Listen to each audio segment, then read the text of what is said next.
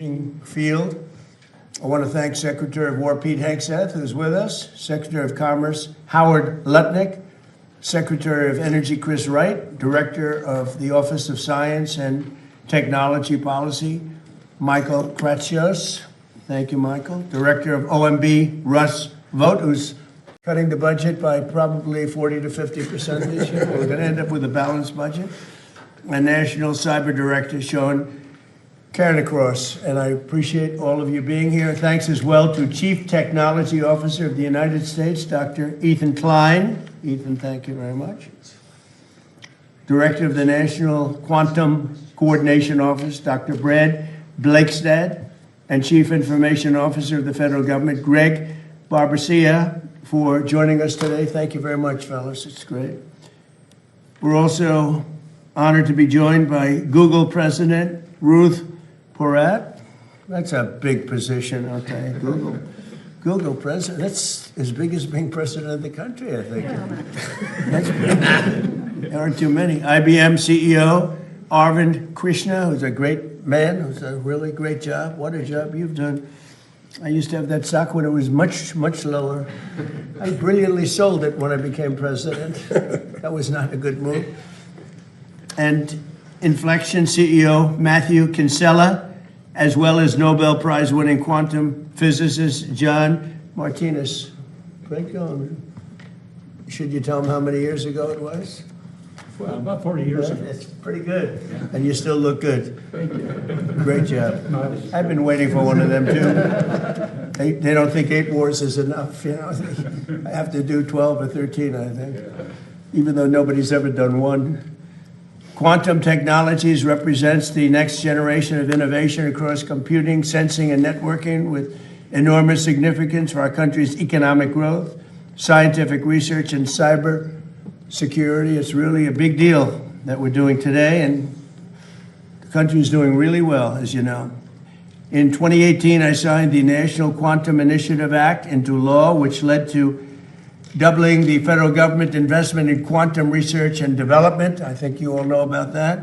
That helped unleash billions of dollars of private investment in America's quantum industrial base, promoting significant scientific and technological progress like we've never seen before, actually. We want to keep that positive momentum going in America with the orders that I'm signing today, and these will really have I think, place it a big step forward. We're already the leader by a lot, and we're going to be now the leader by a lot more. With the first executive order launches a national effort to produce a quantum computer capable of performing important scientific calculations and to develop quantum-enabled sensors and networks in the next 5 years. And we're going to be investing in American quantum leadership like never before to stay ahead of the pack. We're way ahead right now, and we'll keep it that way. The second order I'm signing directs federal agency to transition to what is called quantum cryptography. Do anybody know what that is? You're going to hear very soon, so you're going to find it interesting. Cryptography for their computer systems by 2031 and to lead the way for wider adoption of these extremely strong security standards. America is celebrating 250 years of ingenuity, innovation, and invention this year, and today's commitments to quantum leadership will help secure that legacy for decades to come. I just want to say before we introduce a couple of the people, we're doing very well with respect to the Hormuz Strait. We took in more oil yesterday than has ever gone through the strait. You probably see that. We have an oil gusher. The strait is totally open, you know that, and we're negotiating. We'll see how that all goes, but we have two things. We have an open strait, and we have a country that will never have a nuclear weapon. Will never, ever have a nuclear weapon. So now I'd like to invite Michael Kratsios, Director of the Office of Science and Technology Policy, to say a few words, followed by National Cyber Director Sean Carnicross and Secretary Wright, who's doing a fantastic job over in Venezuela and every place else he touches. Venezuela, by the way, has been amazing. We are really having a great relationship with that country, taking out tremendous amounts of oil, far, far more than that particular war cost, many, many times. sending it to Houston, sending it to Louisiana, sending it to lots of places. And Venezuela is also doing well. Venezuela is doing better than it's done in maybe ever. So it's been an amazing situation. Where did you ever hear of getting money back from the war by 42 times over, right, Pete? Nobody does that. And I think Iran, I can say on a sort of a different scale, is in its own way working out very well. Maybe, it's hard to say just as well, but maybe almost just as well. And we're doing very well in terms of negotiating a fair and reasonable deal. One of the things that we are doing also, and it came up last night, is money that's being unfrozen is going to be used to buy food, and the food's going to be bought exclusively through the United States from our farmers. And corn, soybeans, all of the things they need are going to be bought from our farmers. So our farmers are very happy. I've had a lot of calls. They were very happy about that. So now I'd like to ask Michael to say a few words, and we'll follow up by the other two gentlemen, or three gentlemen, and then if anybody has anything to say, and we'll take some questions at the end. So Michael, go ahead. So, Mr. President, as you mentioned in your remarks, you were the first president in history to prioritize quantum as a scientific priority for the United States government in your first administration. And since then, there's been a big leap in the investment the private sector has made in this particular domain. And we're now at the moment where a lot of that research is starting to pay off into commercial applications. And what this executive order will do is turbocharge that. First and foremost, it's going to task the Department of Energy to create a scientifically relevant quantum computer, which is going to help pave the way for even larger computers for the private sector. Secondly, we're going to be focusing on sensors and networking. So agencies like the Department of War, along with the Department of Energy, are going to be doing a wide variety of sensing and networking work. So this is a big step forward, and as one of our two top science technology priorities, we're excited to kick things off today. Good. Thank you very much. Good job, Michael. Sean, please. Yeah, thank you, sir. You continue to be the most forward-leaning president in innovation in American history. Is that all? That's sir. But no, and while you recognize the tremendous potential quantum has to advance medical research and cryptography and improve the lives of American people, you also recognize the security implications. As quantum rolls forward, it will challenge public key cryptography, which is what secures everything. It secures our financial transactions, our civilian critical infrastructure, and it secures the digital systems that Americans rely on for their daily life. And these two executive orders, which pair innovation and security, will address those issues. As we move forward, innovation and security have to be balanced. You recognize that. The actions that you take today will make sure that American systems are trusted and secure and safe moving forward. And I just want to thank our tremendous American companies with whom we've been working so closely. I think it's fair to say we have an unprecedented relationship in this. I want to thank our colleagues in the interagency who have been tremendous. It's such a mission-focused group of people. And obviously none of this happens, sir, without your leadership. So you're securing our systems for generations to come. Thank you. And you've done a great job. All of you have, actually. Chris Wright, please.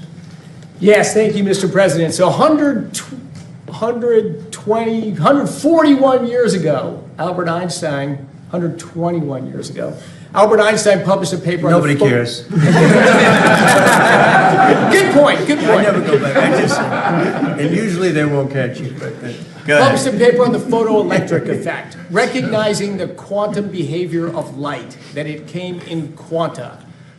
40 years after that, President Trump's uncle, John Trump, was a pioneer in applying light radiation and the reflections of it to develop radar at the MIT Radiation Lab, critical in D-Day, critical in the end in winning World War II.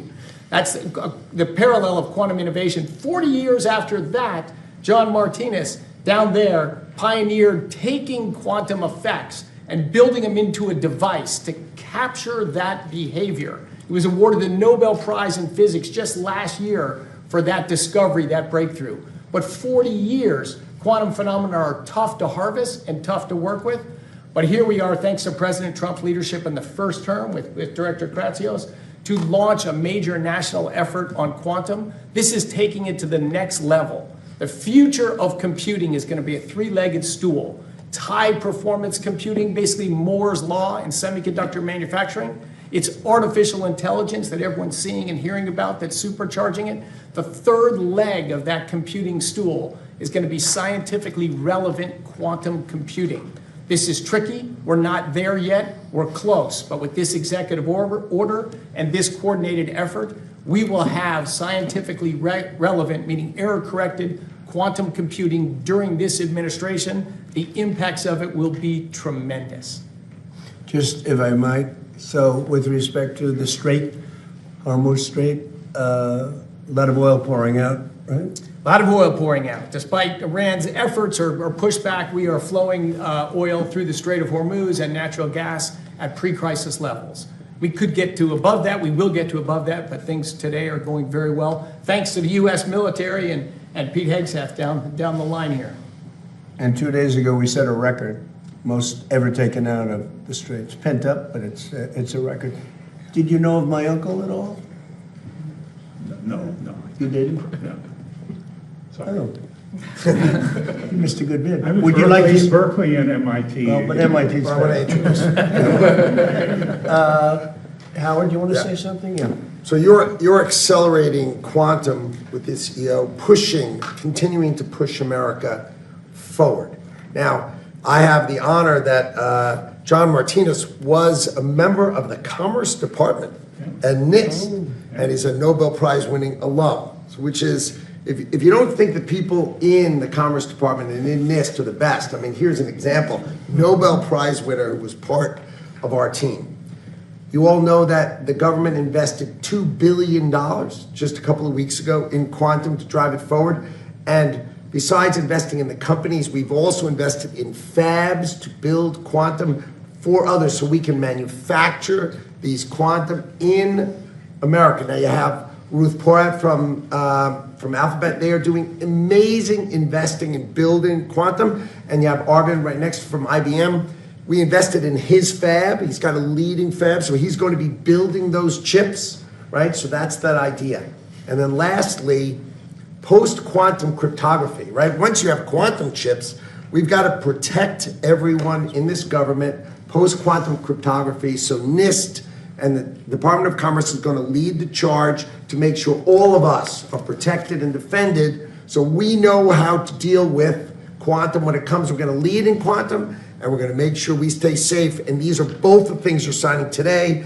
And that's why you have such an amazing team behind you, because you are leading the charge in quantum for America. And Ruth, would you like to say something? Well, thank you. First, thank you so much for convening us for this important meeting and these two executive orders. We completely agree. Quantum is a breakthrough critical technology. The U.S. is in the lead. We will stay in the lead. At Google, we're really proud of our innovations, and thank you, Secretary Lutnick. We've been investing for more than a decade in quantum. And back in 2019, we were the first company actually to achieve quantum supremacy. Didn't stop there. About a year and a half ago, we unveiled a new chip, the Willow chip, which is a great example of American innovation manufactured here in the United States. And what the Willow chip does, it enabled us to do a computation in less than 5 minutes that previously on the best supercomputer would have taken 10 septillion years, which is 1 with 25 zeros, so it's a lot. It's a lot. And what's exciting about this is what it means for our children and grandchildren. It's about medical breakthroughs, nuclear fusion, material science. So we're really excited about the opportunity. And then also around post-quantum cryptography and the work that we're doing there. Absolutely critical that we also keep America safe, everyone safe. So we have been deploying that across our products and services. And it's a critical opportunity. I think with these two EOs, it lays the foundation for, one, protecting America, as well as continuing to benefit on the upside. It's great to be here. Thank you. Say hello to everybody. I absolutely will. Arvind, please. IBM. So first, I'd like to thank the President for both of these EOs. The role of the government is often underestimated. The role of the government in pushing innovation and technology forward is what both of these will achieve.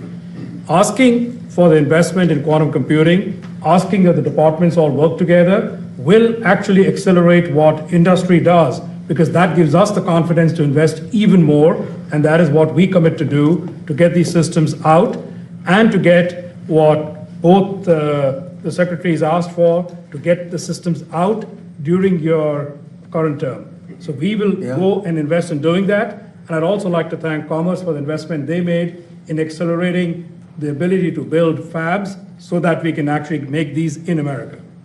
Good, thank you very much. Would you like to say something, Russell, about Sure. how well we're doing on the budget and things? Well, we're making tons of progress. I think last year you had the most fiscally consequential year in history, a story that's largely been unwritten. But today, this They is don't want about to write it. They won't write it. It's true, go ahead. More savings. You might in as well history. say it, because they won't. More savings than ever before in history. Today's about the investments that we're going to prioritize. So we'll save in places, but we're going to do what's necessary to invest in the future, in industries of the future. That's what today is about. Quantum is one of those areas in the first term and now in the second term. Okay, thank you, everybody. Any questions, please? From Colombia, Treasury lifted the sanctions on Iranian oil today, sir? Treasury lifted sanctions on Iranian oil today. Well, I'm going to have to find out exactly the status, but if the sanctions go out, money's going to be put into this country. All that money's coming back in the form of purchases of food, which they desperately need. They have 91 million people, they can't feed them. So the money that we lift is going to go to our farmers, largely to our farmers. Can you ensure that the Iranians won't use profits from oil sales to rebuild their military? Well, they're not supposed to be doing that, so we'll see, but they're supposed to use money to buy food for their people, because right now their people are very hungry, and they're buying it exclusively from us. Corn, soybeans, should be a lot of money. I hope it's a lot of money. If the war with Iran could cause a worldwide depression, as you noted, Mr. President, are you willing to risk economic catastrophe and strike Iran again? Well, not the way I'm doing it. Not the It's way not you're- going to cause depression. Yes, but if they don't abide by the Well, memorandum of nuclear understanding. weapon supersedes depression. Depression's real bad. Nuclear weapon will cause depression much more quickly. The way we're doing it, we have the opposite of a depression. We're doing really well. The numbers are incredible. The oil is at a level that nobody's ever seen before. Oil prices are way down. I think they're very comparable to what they were. Chris, I don't know, pretty comparable to what they were before we started. They've returned most of the way back down. And, so if Iran does not abide by the MOU, are you still willing What I for didn't strikes? say And it does would give them cause leverage? a depression. I said it could cause a depression, right? And I said that I don't want to be Herbert Hoover. That's a president I don't want to be, because he was in charge during the Great Depression. And certainly a lot of bad things could happen. That would be one of the things. I don't think it would, but if it did. But no, if Iran doesn't live up to their agreement, or if they're not behaving, I will do what I have to do. Does that give them leverage over you, Mr. President? Say it? Does that give them leverage, the Iranians leverage over you? Oh, you're so leverage. Their Navy is gone. Their Air Force is gone. Their leaders are all dead. Their whole country's a mess. Their economy is shot. The Times, the fake New York Times said, oh, it's about the same as it was 4 months ago. No, 4 months ago they had a Navy, 159 ships to be exact. It's gone. The whole Navy's gone. Their 250 airplanes, all gone. Their anti-aircraft is gone. Their radar is gone. These guys love radar. Their radar is gone. Everything's gone. Their leaders are gone. Their whole country is gone. And the Times said, oh, they're about the same as they were 4 months ago. The reason the news is doing so badly, or let's put it another way, the reason that I won in a landslide, even though I got 92% negative press, all fake press, is because nobody believes the press anymore. And they have to start believing. When the Times and a couple of others, they're grasping for straws. When they say that Iran is about the same as it was 4 months. 4 months ago, they had a powerful Navy, they had a powerful Air Force. Most of their missiles are gone. Most of their launching pads are gone. Most of their manufacturing capacity for drones and missiles is gone. About 87% gone. And then I hear, oh, they're in such great shape. No, they're gone. And their first level of leaders, gone. Their second level of leaders, gone. Their third level of leaders, you have to hear the conversations. Who wants to be president? Well, I don't want it. Nobody wants to be president. And then we have to read that they're doing well. They're doing so badly. In the meantime, we're setting records. We have the strongest economy we've ever had. We have 18 to 19 trillion dollars being poured into our country. We're building factories all over the place. We have more people working today than at any time in the history of our country at higher salaries. So when you ask a question like that, it's so stupid. Mr. President, Here's another beauty. Watch this one. well, Here's a real beauty. earlier Go today, ahead. the Israeli Prime Minister Benjamin Netanyahu said his forces are not leaving Lebanon. That is a sticking point. Who did he tell that to you? He said it publicly in Israel. Well, we're going to take a look at Well, it. what would you do to make sure that he doesn't? Well, I'm not going to sabotage tell the you deal? what I'm going to do, but it gets solved. I'm a problem solver. I get problems solved real fast, including with Bibi. Go ahead. Thank you, Mr. President. Thank you. What's the latest you've heard from the Vice President? Are you happy with his negotiations? Yeah. And can you share a little bit about what Secretary Rubio will be doing in the Middle East this week? I think that they're doing a fantastic job. Our secretary is fantastic. I think he's maybe going to go down as the best ever. And I thought J.D. Vance this morning was fantastic. I watched his news conference, and from Switzerland, he's a very smart guy. He did a great job. You know, when I look at the Democrats, I call them the Democrats. They're dumb. The Democrats. When I watched that, where one of them thought it was World War XI. She said World War XI. She meant World War II. You know about that, right? This is one of their potential leaders, Ilhan Omar, who married her brother to get into the country, by the way, illegally.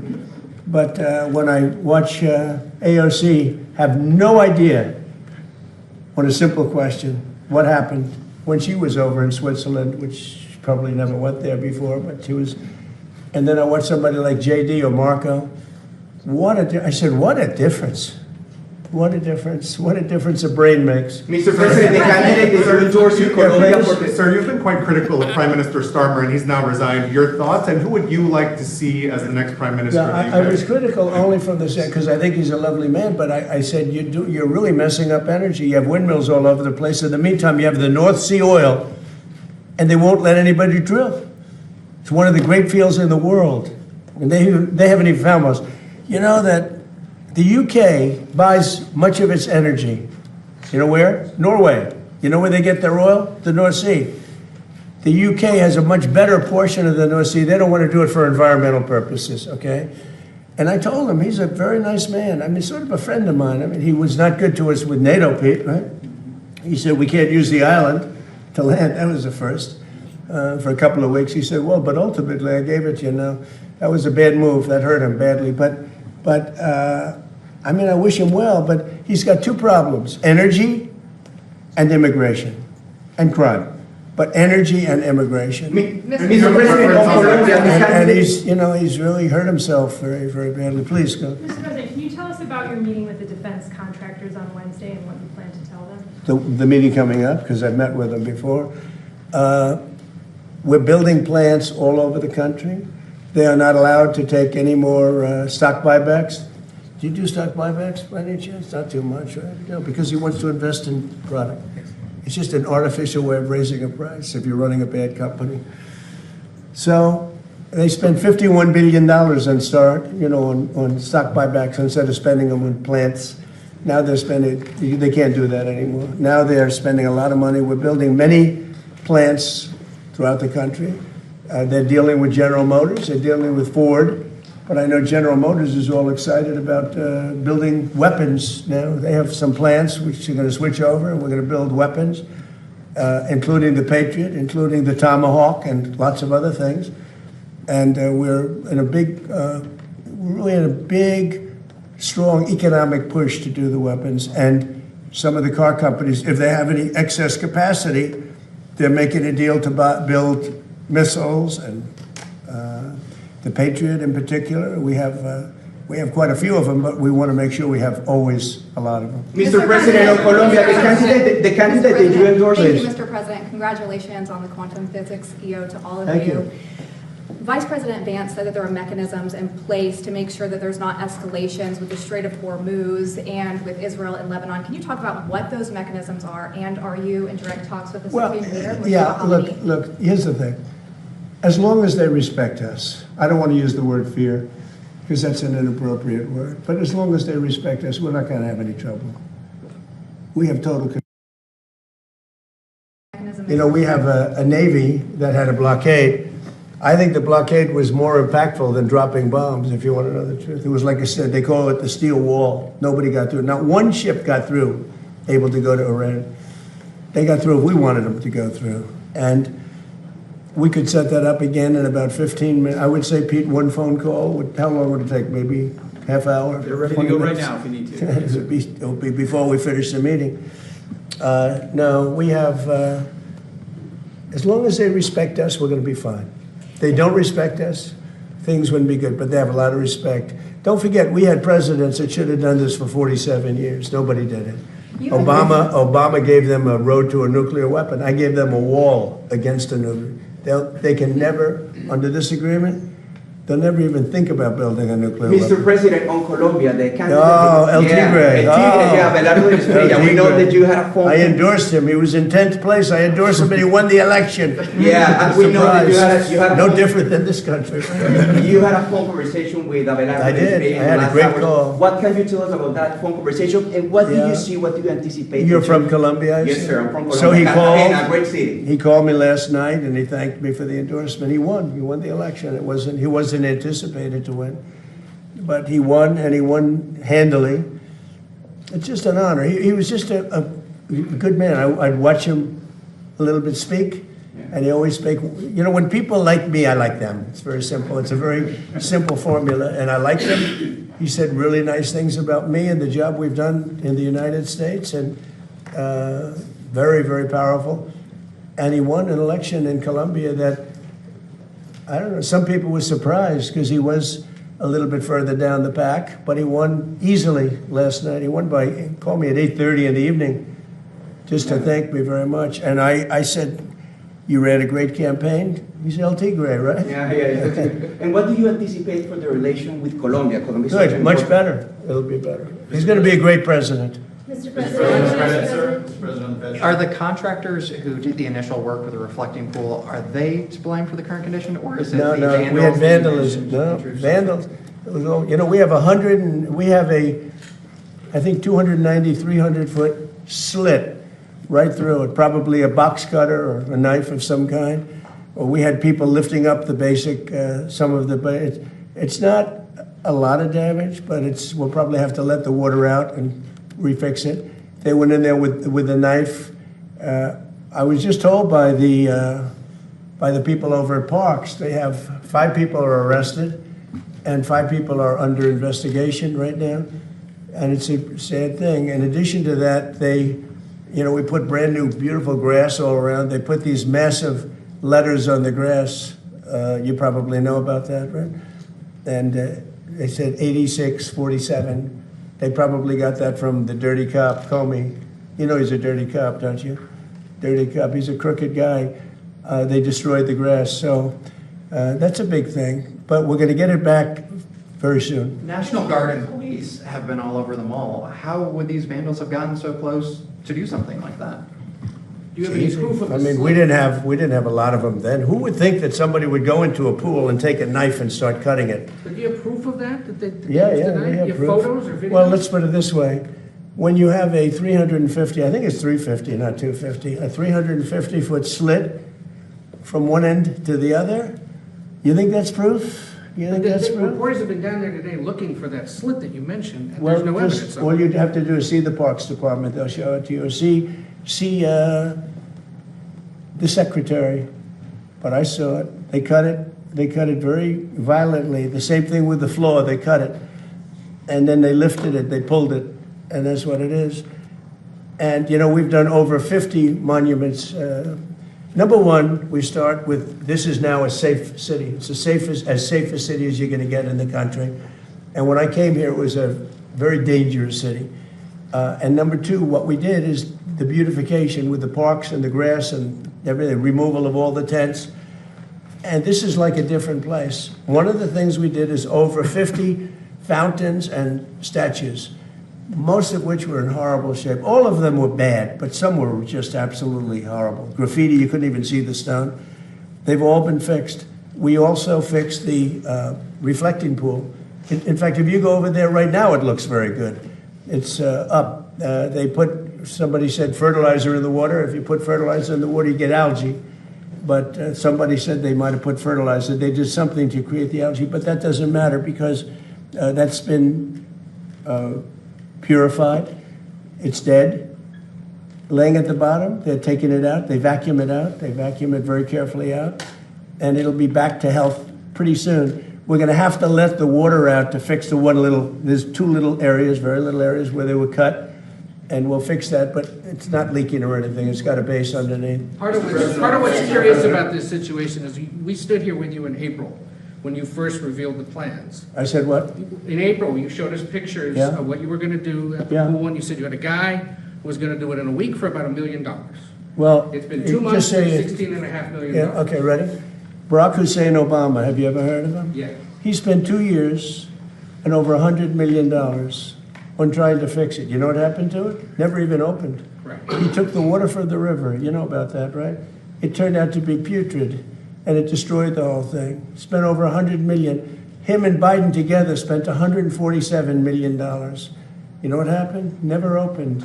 You don't mention that, right? But we spent about 10. Much of the money we spent are park workers. They're there whether they do this or not, as you know.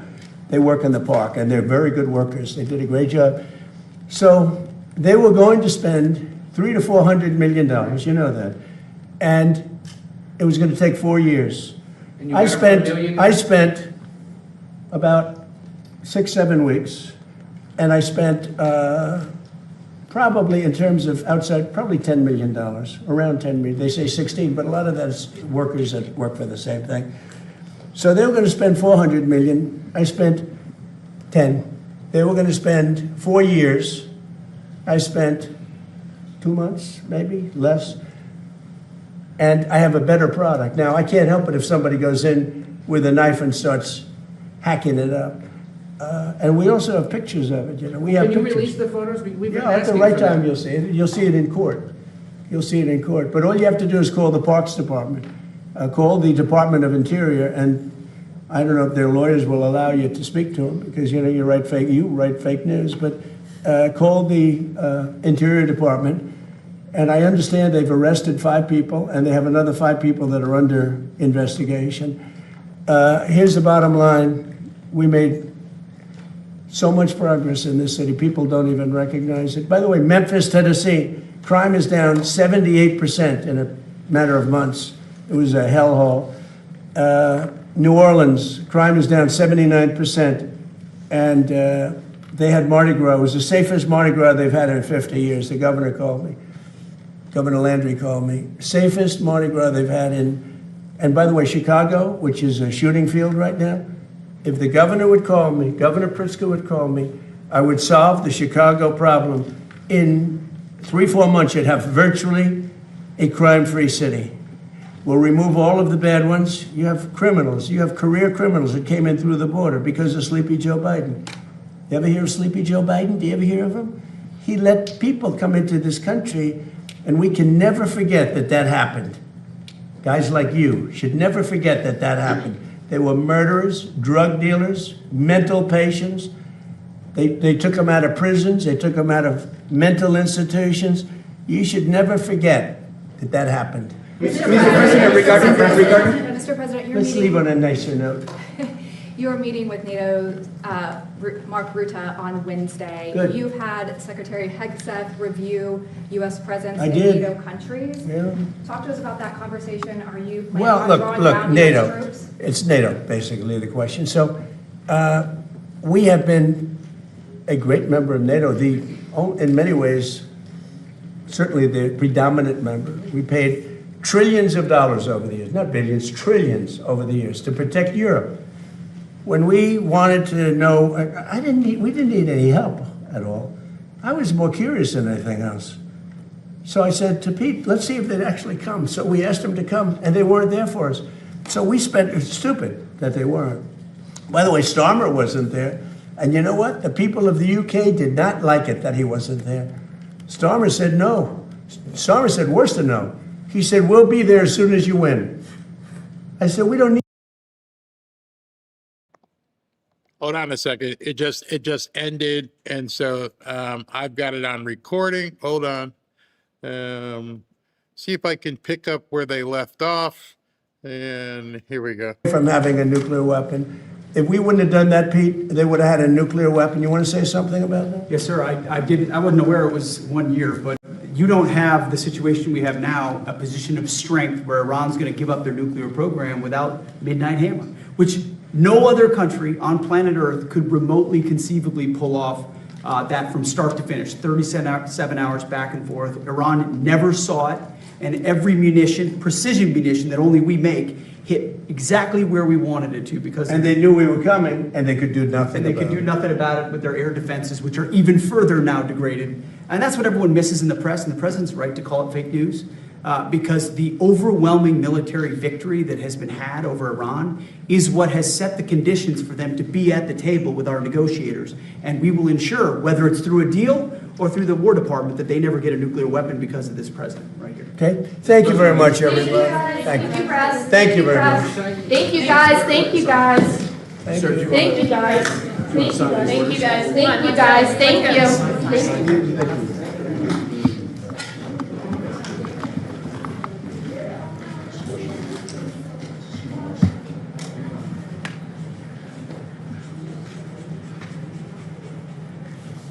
See, Biden can't do that. See that? I say, Biden can't do that. Oh, look, I'm on camera. Biden can't do that. Use their auto pen. I say, no thanks. It's post-quantum photography, sir. Okay?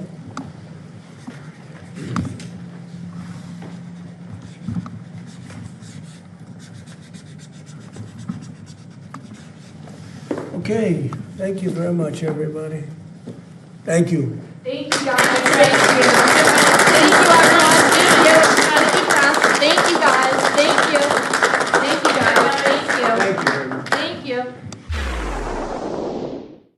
One of today's sponsors is LTV Hydration. You know, if you're like me, a little bit older, you're getting to that age where you're tired all the time. Sometimes you're bloated after a meal, and no amount of water seems to help.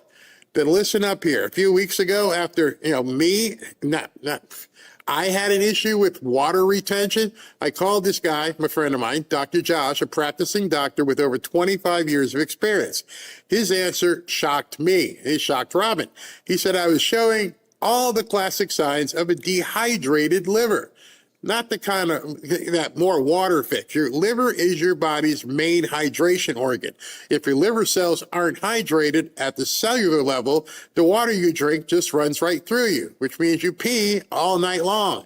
And that's sometimes why you can feel drained during the day, you can feel bloated, and you feel older than you should. You're real sluggish. Yeah, regular electrolyte drinks don't help this. They don't solve it. That's why Dr. Josh created LTV, a daily hydration drink designed for real cellular hydration and liver support. It combines clinical dose marine electrolytes and taurine to help your body and your cells hold water, plus milk thistle and dandelion root to support your liver's natural detox. I've been drinking it every morning, and the results have been incredible. In fact, sometimes I take two. I don't know if I'm supposed to, but it just really helps. No more bloating, no more afternoon crashes. You see me, sometimes I do 2 shows. I finally feel properly hydrated, lighter, alert, full of real energy. If you're ready to feel the difference, go to drinkltv.com/Barry right now. And Dr. Josh is running a special offer of up to 64% off, but only for the Fanfare community. And you got to do it through the link in the description below. Click the link and give your liver the hydration it's been missing. Be back in 90 seconds. Actually, I'm going to be back sooner than that. I'm right here, right now. All right, so planned the show, got ready to do the show, and then I saw on his schedule that he had a 3:30, 3:45 signing, but it said closed press. And then obviously, he must have walked in and said, turn on the cameras and decided to hold court. Now, before I get into the show I had produced, excuse me, I want to talk a little bit about what just happened and how some of you may not realize what just happened. It's really confusing. No, I wouldn't say confusing. It's very intellectually high-end stuff. Not that I'm calling anybody dumb, but there's no way I'm going to be able to explain this to you in about 30 or 60 seconds. You're going to have to, if you want, dig into this on your own. So first of all, if you don't remember back in, I don't know, sophomore year or junior year of college, if you even took the track where you had to learn quantum physics, which is unless you wanted to be an engineer, you never took quantum physics. So all of what he just said there probably sounded Greek. I know it sounded Greek to the press because none of them could even discuss it. It wasn't on their phones. Nobody had sent them the notes. They were already there to talk about the algae and Iran, excuse me, and they had no idea how to even respond to what they're seeing. So let me just give you a little bit of a background as to what you just saw. In order to do that, there's a couple things I have to show you. And one of those things is we're going to have to go back to last week. Because if you don't go back to last week, then you don't understand what this was for. Now, I've mentioned to you guys many times, keep watching whitehouse.gov. Look at what gets posted on whitehouse.gov. How many of you saw what I'm about to show you on whitehouse.gov? Raise your hand. No, not many of you. Otherwise, you would know what this was all about. So let me go ahead and take you back to last week. And he posted the National Security Presidential Memorandum. And it went to, the memorandum is for the Vice President, Secretary of State, Secretary of Treasury, Secretary of War, the Attorney General, Secretary of the Interior, basically all of the cabinet. Everybody here, even people who aren't in the cabinet, but they're yet still high ranking, he named all of you, every single one of you better know what's getting ready to happen. Incidentally, one of the people that was in the room who you couldn't really see on that feed was Bill Pulte, who is now the acting director of, no, not CIA. Where's his thing here? Where's DNI? DNI is in here somewhere, one of these people here. But DNI is in one of these where, let me try and find it here. Not CIA, Hope Staff, Chief of Staff, Director of Office. No, here we go, Director of National Intelligence. He is the acting Director of National Intelligence. So he was in the room with Pete Hegseth. So what is this thing? Oh, it's a long thing. It says the National Policy for Cybersecurity of National Security Systems. And you can go read all the where-to-fors and here-to-fors and what all that is, but whitehouse.gov also gives out what's called fact sheets. And these fact sheets show you specifically what this thing is in layman's terms. I'm not going to read it all because, as you can see, it's quite lengthy. But if you're interested and you want to know how this all ties in to national security, I advise you take a look at this fact sheet. President Donald Trump defends America's warfighters and intelligence offers against cyber threats. That's very interesting.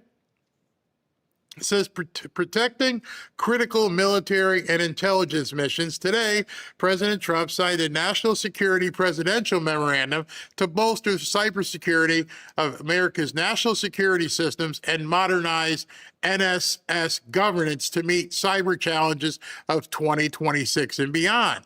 And you can go through this entire thing. It is a long document. Most of it is probably going to be, and this is not from an intelligence perspective. This is just that it's probably going to be over most people's heads because it's probably designed that way. It's probably designed and written so that most people wouldn't understand what the hell they're doing right now. And so now you take that was last week, you go down and you want to take a look at what exactly is quantum technology, which I don't expect people to just happen to know this because right off the bat, boom, quantum technology. So let's look at quantum technology.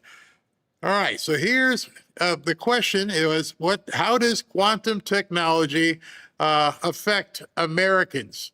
It says quantum technology helps Americans by A, boosting the economy, securing digital infrastructure, and driving breakthroughs in everyday life. It enables the creation of highly efficient new materials, new medicines, and technologies. You can continue. The impact of this technology touches several key areas: healthcare and drug discovery. Quantum computers can rapidly simulate complex molecules, shortening the timeline for life-saving drug development and biomedical research. So let's stop there for a second. It's basically going into Star Trek, where they put the little thing over you and it says, yeah, you got a broken arm or something. Not necessarily, but that's where we're going. Where we're going, we don't need roads. This is way up there. So what you're now seeing, for those of you who are kind of hesitant, you're seeing the next evolution of AI. This thing is growing so fast, it's no longer GPT. It's not just going to rewrite your homework. It's going to diagnose your health and then probably prescribe medicine. Not today, but that's where the puck is going. And that's where it's going to continue. What next? National security. Quantum level cybersecurity is vital to protect sensitive military data, critical infrastructure, and financial systems from foreign espionage.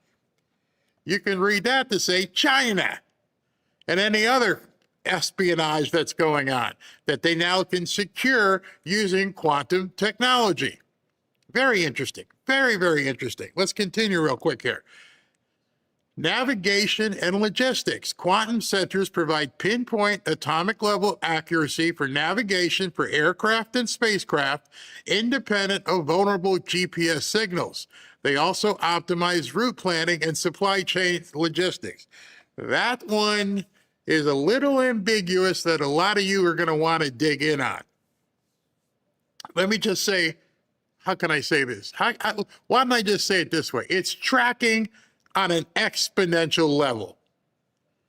When you no longer need GPS, when you can tell a plane, take me to Iran and I want to be flying over this bunker. Okay, gotcha, boss. Here we go. And the unmanned vehicles and the unmanned boats. It doesn't stop there. They're going to track everything. That's why I don't think President Trump was so worried about the FISA, because he did it. If I'm reading this correctly, he just did an end run around the FISA. FISA is last year's technology. This quantum stuff is absolutely insane. Let's see here. Now, this is something where Americans were going to like. Job creation. Major federal and private investments, such as the recent $2 billion Department of Commerce initiatives, which is why Howard Lutnick was there, are creating high-tech manufacturing and research jobs in the U.S. So we're going to employ more people who understand how to use this stuff. You get it? Don't be looking in college about learning how to do basket weaving. You shouldn't be learning way beyond that in terms of understanding how to program AI and quantum technology. And this is just finishing off here. It says to ensure American leadership and safety, government agencies like FBI and national intelligence. Now you see where all this stuff comes in? FISA? What do you mean? We got to sit there and listen? We got to oh no, we just tell the computer, find this out, do this, look at everything, read every email, look at the transcript of every phone message, look at every chat, and then tell us the likelihood of somebody getting ready to, do a bad thing, like, blow up the UFC. You see, this wouldn't be being signed today if they already aren't using it. I don't think anybody in that room looked like this. Okay, now we can start on this. No. They're already committing billions and billions, and that means they've already worked on it. It's already at the point of actually letting you know. By the time I let you know, I've already been using it. So he just told the world, this is where we're headed. And anyone who's got any reasonable sense of intelligence in any of these other countries sitting back and going, they've already been using it, haven't they? Oh, yeah. And so let me see what else I've got here for you. So we can talk about this. It says, President Trump's quantum computing push, including a $2 billion federal. Oh, by the way, this was done by AI just as he was talking. While he was talking, I merely went to AI and said, what the hell is President Trump talking about right now? He hasn't even said it yet. How do you know? Think about that. While he was on screen, I'm sitting here typing, can you explain what President Trump is doing and why do we need to care? No problem. So the computers obviously are talking to each other. Here we go. Okay, the key benefits is designed to accelerate U.S. development in quantum technology while securing supply chains and countering foreign dominance. If you saw what was posted, which we'll get to, you will understand. I could jump to that, but then I'd probably have to kill you. But let's hold on. Key benefits of the executive order: sovereign tech infrastructure. The government is taking equity stakes in 9 domestic quantum companies, including a $1 billion initiative with IBM. This guarantees foundational development of U.S.-owned quantum foundries and infrastructure. And we have the press talking about algae. Think about what you just saw and what you're reading right now, and you got people in the media talking about friggin' algae. Go run around and, go in that pond, you idiots. We're talking major stuff here, and you're talking about frickin' algae. It's embarrassing, absolutely embarrassing.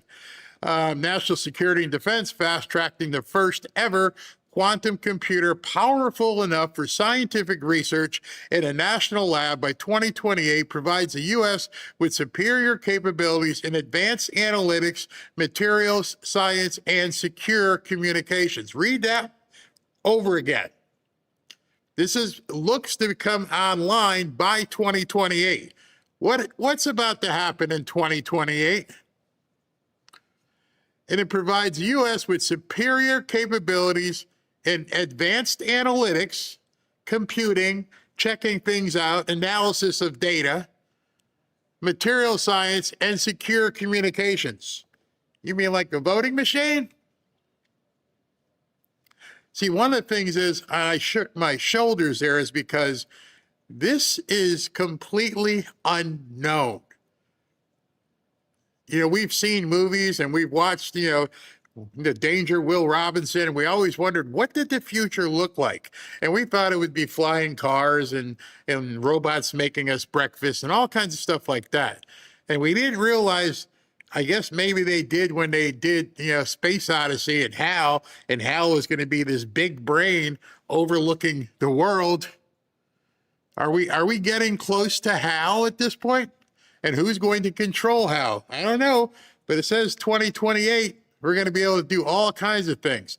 Let's see here, cybersecurity upgrades. The administration is enforcing a strict migration to post-quantum cryptography, PQC, by 2031 to protect government and financial data from future quantum-enabled hacks. Well, that means other people are going to be doing the same thing, and we got to make sure we are quantum-proof the quantum that we're putting together. What you're reading is that puck is way down the road, way down the road. Economic growth and job creation, which we talked about, the strategic funding is explicitly tied to building a robust domestic workforce and manufacturing base in high tech. Industry acceleration, federal participation aims to create foundational infrastructure that encourages private sector innovation in drug discovery, energy, and of course, AI.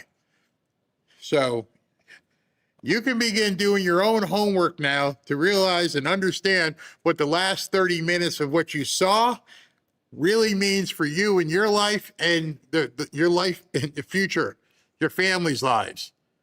Yeah, it really seems to me like that last line in the movie, where we're going, we don't need roads. People over here freaking about algae ponds, and they have no idea what's about to happen. And I feel for them because none of us knows. We're not privy to what this thing can do. How much you want to bet this is part of Space Force? In order to build that dome that he wants, you need to have something that can compute and determine whether or not that's a rocket coming from some company, some country that we need to take out. You got seconds to react. It's crazy what's going on right now. Absolutely. Some people are afraid of it. I embrace it. I don't know. Maybe it's because I just like understanding or not understanding at the same time where things are headed, because I just know, since I've even been doing videos, how fast things have advanced. I'm using I wouldn't say it's a green screen, but it's an AI-based generated background. I didn't know you could ever do that. I could change it at any time and just click a button and put something else back there. I don't, because I'm lazy. But there's so much that we can do. And I can't even imagine the medical advances. Can you imagine this? Can you let it sink in for a second? You're sick and you take blood test after damn blood test, and you got to go see this person, you got to go see this specialist. And like, wait a second, come here, stand in this tube. Oh, okay, here's what's wrong, here's how we fix it, and here's your paperwork and your prescription. Oh, you don't really need a prescription. We're going to tell you how to change your diet. I just can't even imagine. I've watched how music has changed. I watched how movies have changed. Some of you will fear it. It's natural to fear the unknown. Others will embrace it. Doesn't really matter because we can't stop it. You see, 45 minutes ago, many of you may not have even heard of quantum technology. And now you were worried about AI. And now you got a whole other entity now to worry about. Sleep well. It's just going to keep changing. Midterms? Why am I worried about midterms? Now you start to see some of the things he has said and how it's probably just now, people are saying, wait a minute, he's not worried about the midterms? Nope, not at all. We got it. And we didn't know why.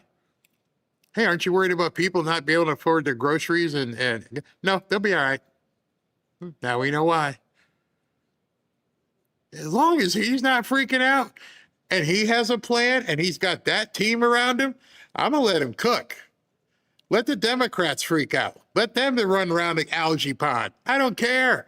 I don't care if the whole damn thing turned green. I don't care if it freezes over green in December. I don't care. That doesn't affect my life this much. And I know it doesn't affect your life.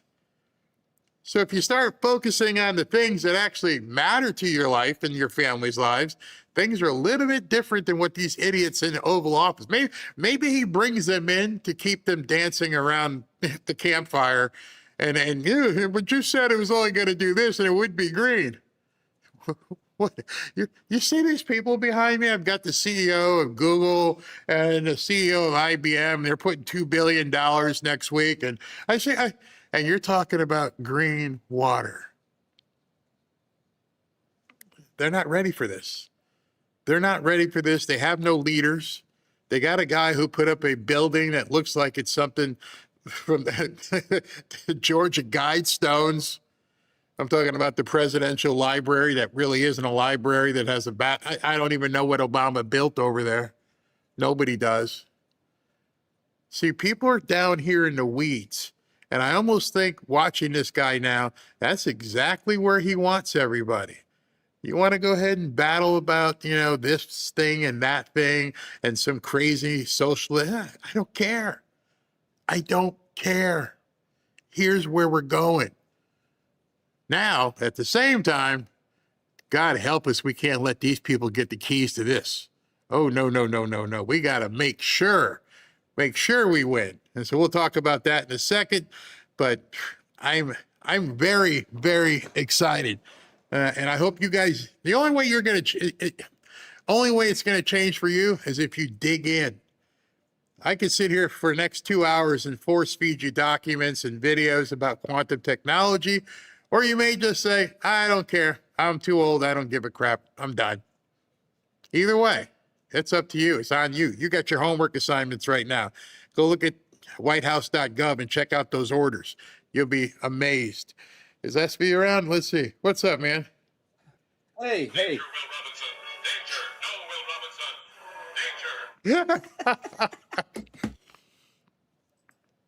I'll tell you when I Warning! Warning! when I was a kid, I used to love that thing. I love that show too, man. Dr. Smith. Now, I wanted to take him out back behind the spaceship and whoop his butt. Oh, yeah.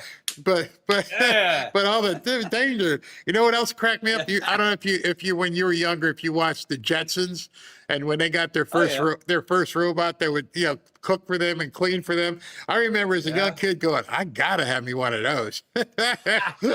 Hey, 10 years Elon's gonna make one for us, man. You're only 20 grand. Bring me a hamburger. Bring me a hamburger. Not now, okay?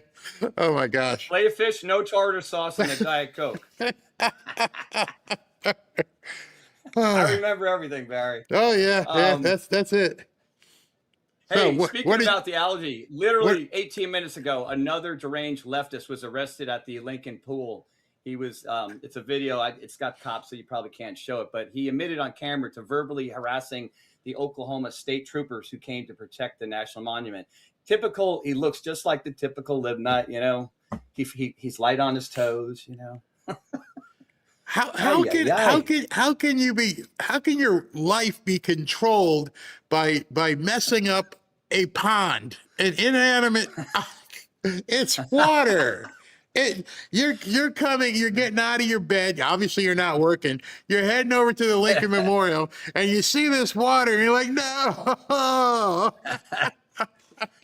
For the last 20 years, they didn't give a crap about it, right? It was brown. It had it had bodies in it. There were shopping carts. I mean, the crap that they took out of that pond was horrific. I think Jimmy Hoffa. Never mind.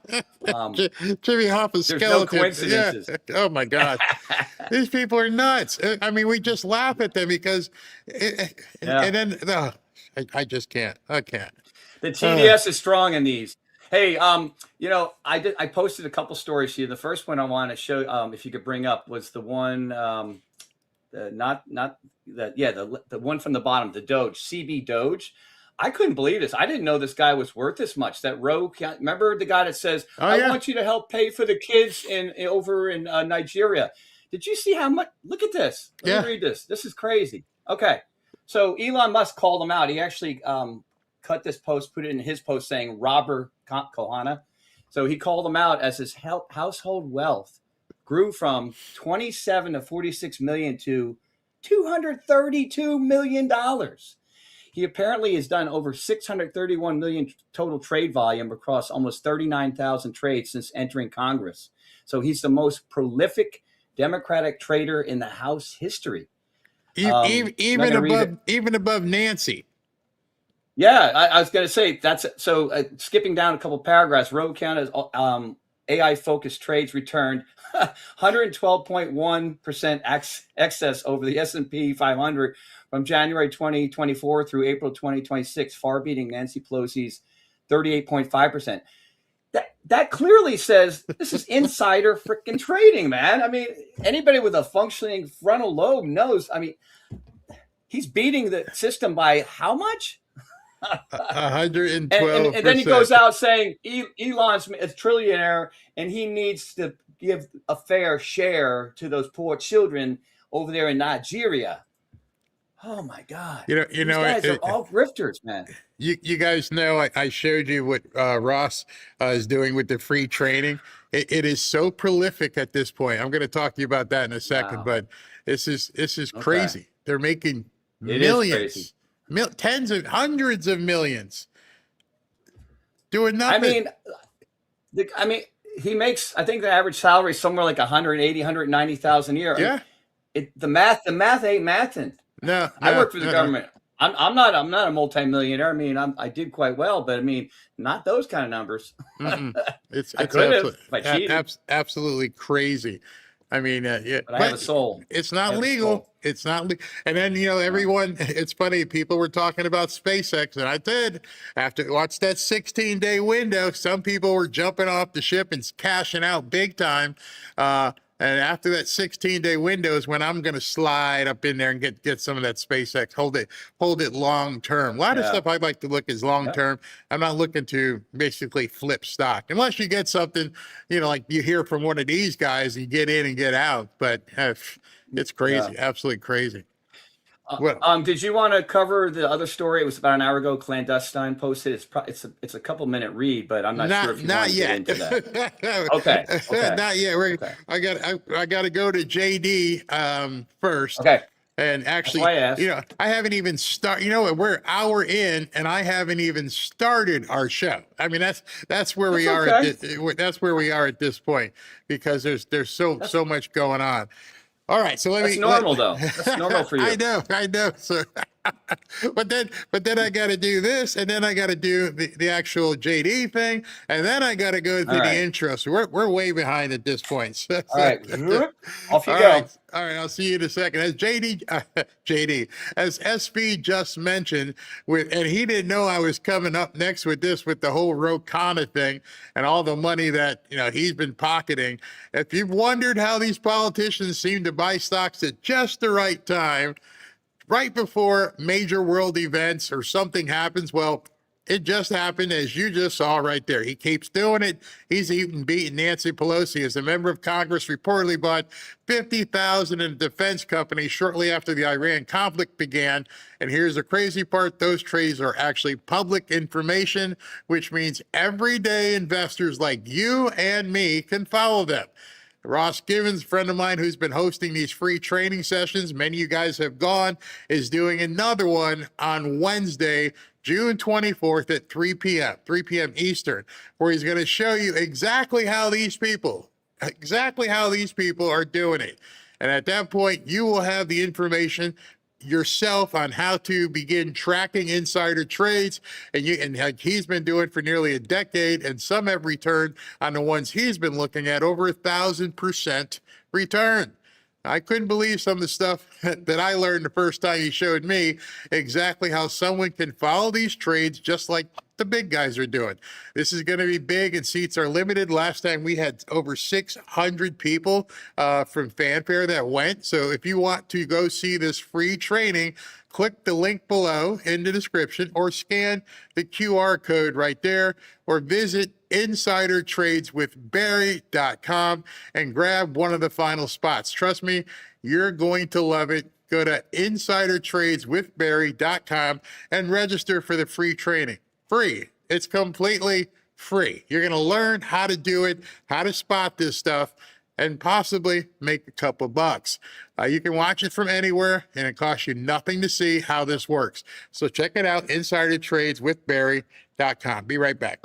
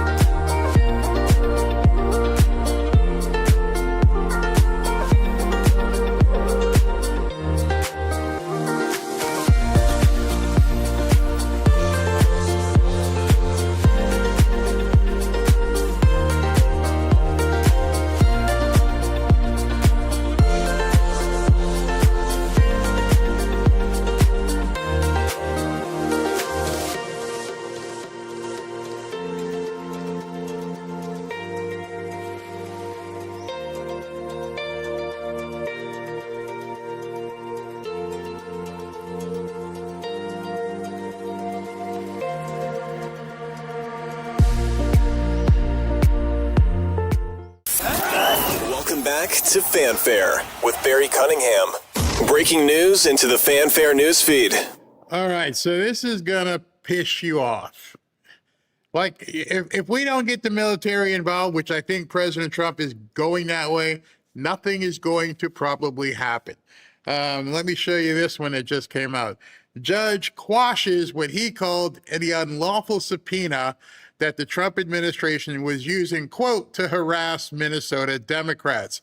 The judge said that the subpoena served in January while the administration was ramping up immigration enforcement efforts were, quote, no doubt intended to harass Trump foes. We can't even get these people into court. We can't even get them to even have to go to court. The judges are protecting all these anti-Americans, and they're getting away with it. They're getting away with it. It sucks. Absolutely sucks. All right, let's go. Yeah, it sounds like the Americans got two major agenda items crossed off during this meeting in Switzerland overnight.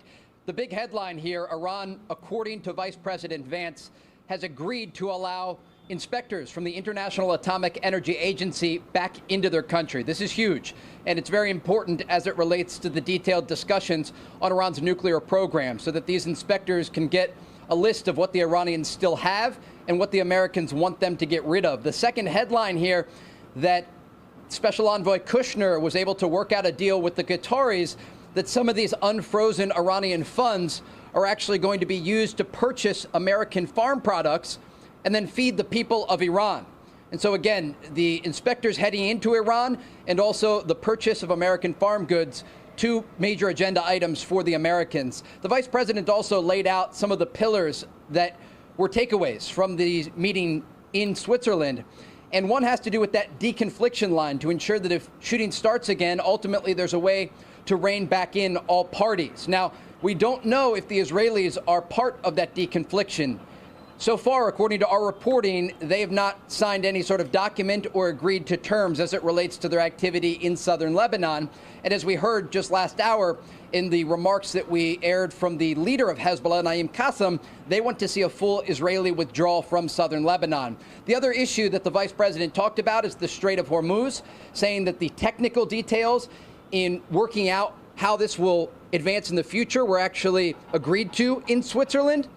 We heard yesterday from President Trump, who left open the option of actually taking over the Strait of Hormuz, saying that the United States could act as a guardian angel of the strait and actually take a percentage of the oil that passes through if the Iranians don't adhere to their end of this agreement. And so there's a lot on the table right now to be worked out. The vice president described this as laying the foundation of a house, but not yet building the house.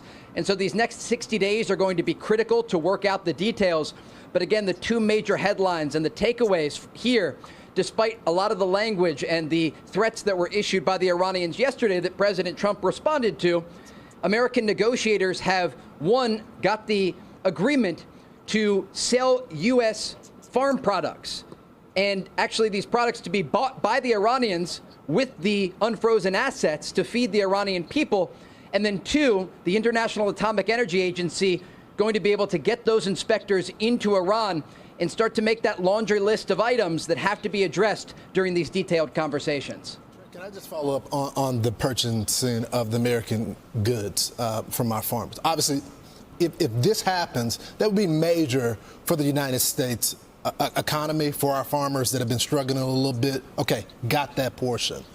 But in order to go along with that, that would mean a totally different ideology for the regime, because currently they're not taking care of their people, even before the war. Now, people that are supporters of the government, yes, they have a vested interest in those people. Some of the people you see in the middle of the street with Iranian flags, yes, they support those people. So do you believe that if they get those farm goods, that is going to go to the people that are suffering?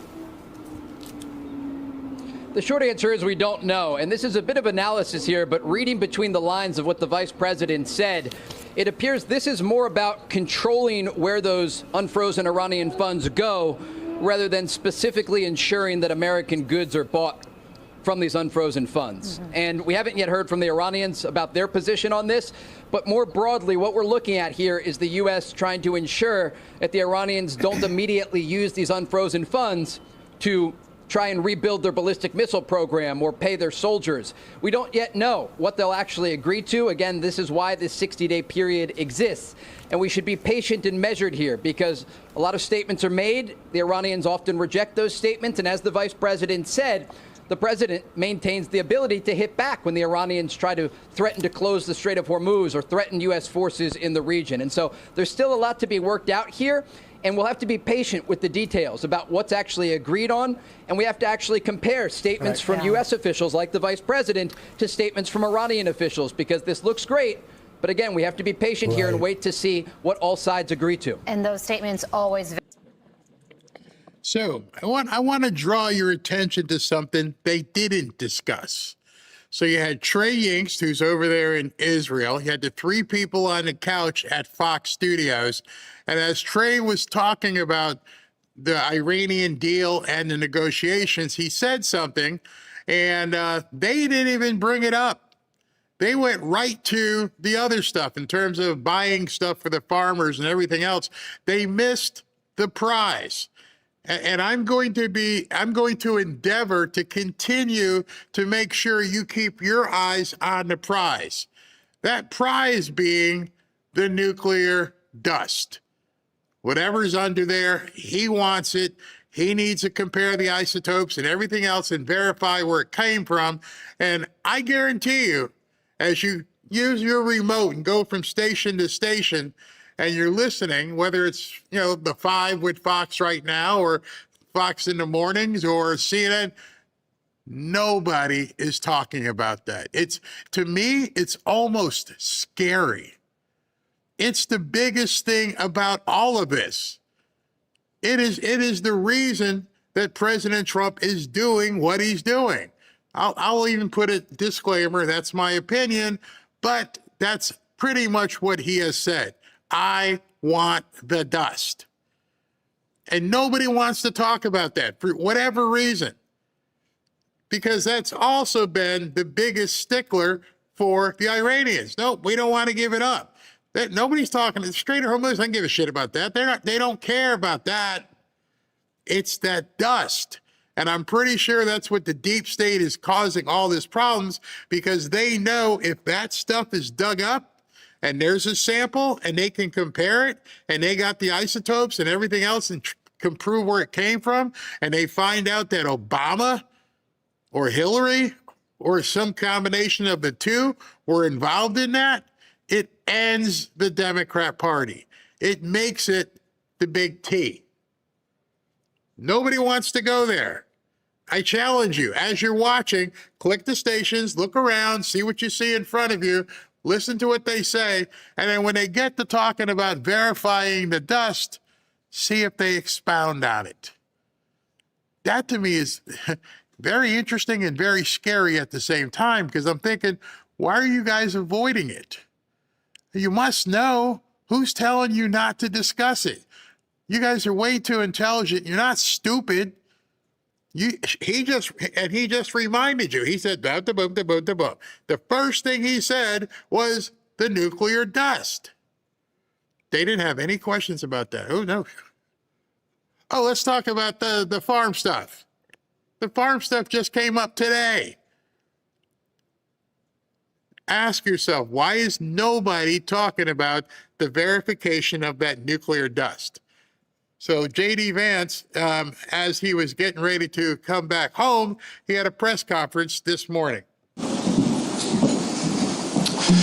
Hello, everybody, and good morning to everybody back in the United States. I guess good afternoon to the folks assembled. So look, yesterday was a very, very good day. We made a lot of good progress. We did exactly what we wanted to do, which is accomplish 4 things for the American people. First, we wanted to build a mechanism for keeping the Strait of Hormuz open. It is open. We've seen, of course, gas prices and oil prices come down, millions and millions of barrels of crude and natural gas flowing through the Strait of Hormuz that weren't flowing before.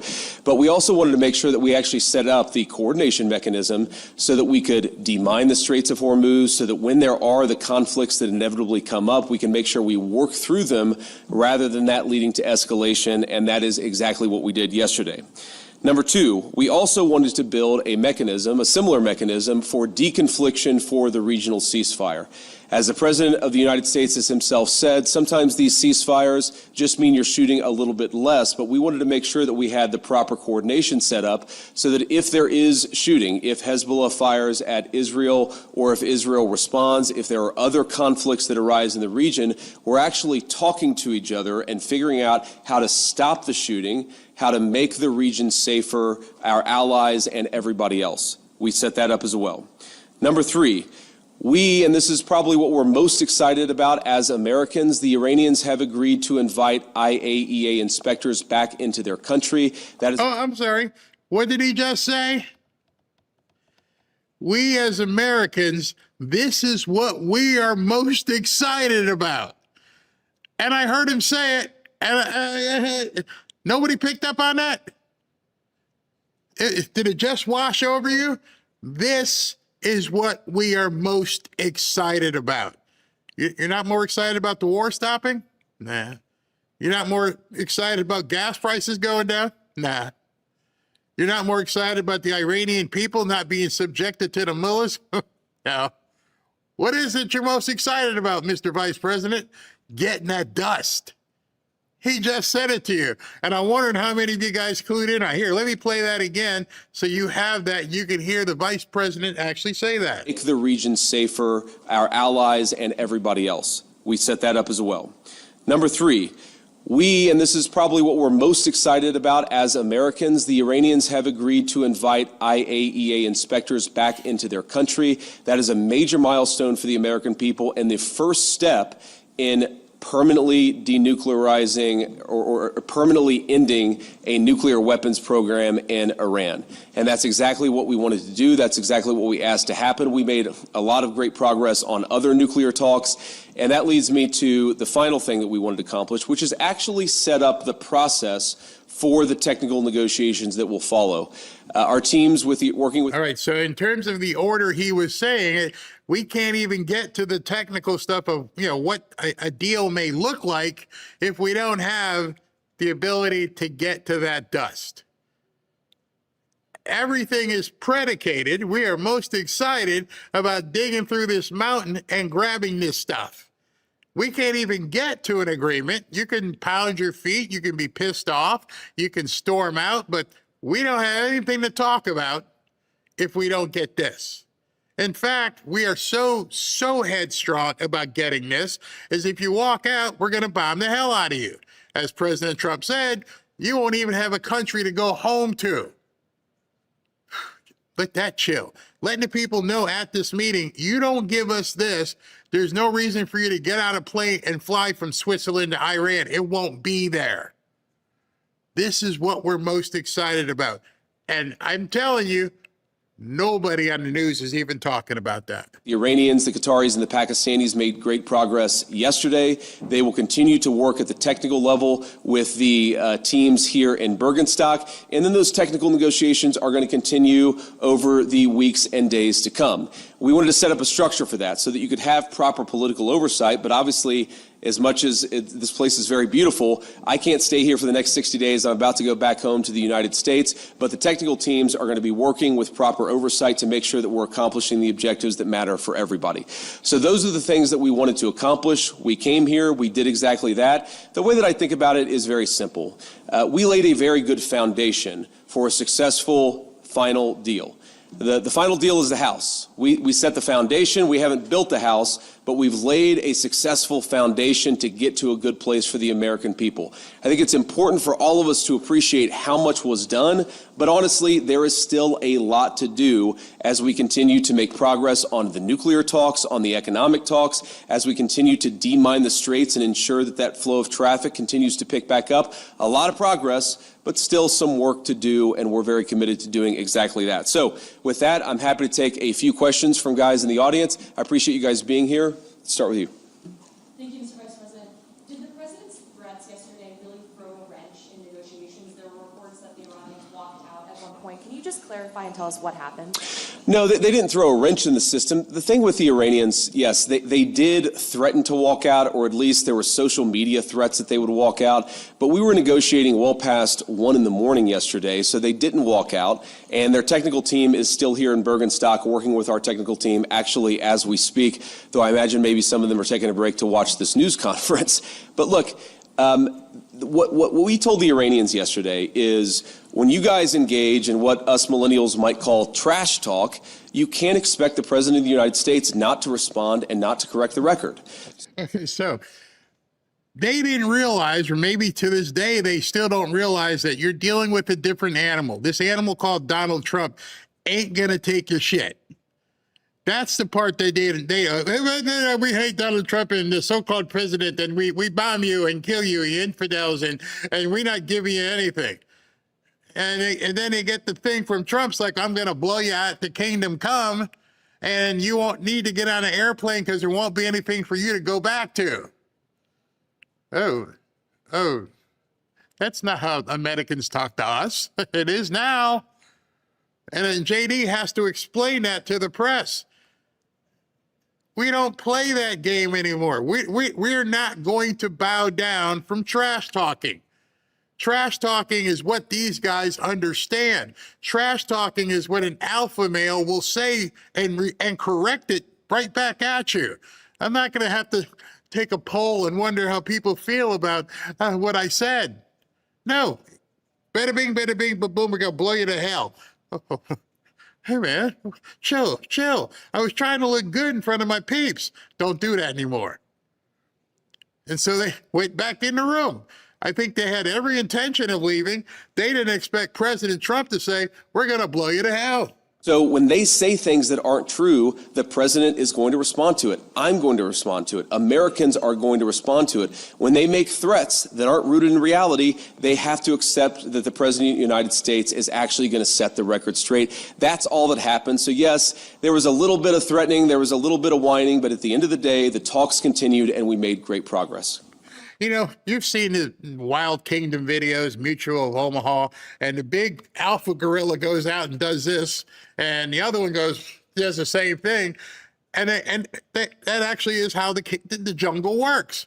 I'm going to threaten you, and unless you turn around, you better come back with something too. When you see the deer and moose hit each other in the head, the alpha males don't run. They don't take kindly to threats. Oh, worked on Democrats just fine. Maybe we shouldn't piss them off. Okay. No. Think how long it's been since they've heard somebody talk like this. You think Kamala would have talked? No. You think Joe? You think any of the Transformers that they had working in the White? No, none of them. They weren't ready for it. The media isn't ready for it.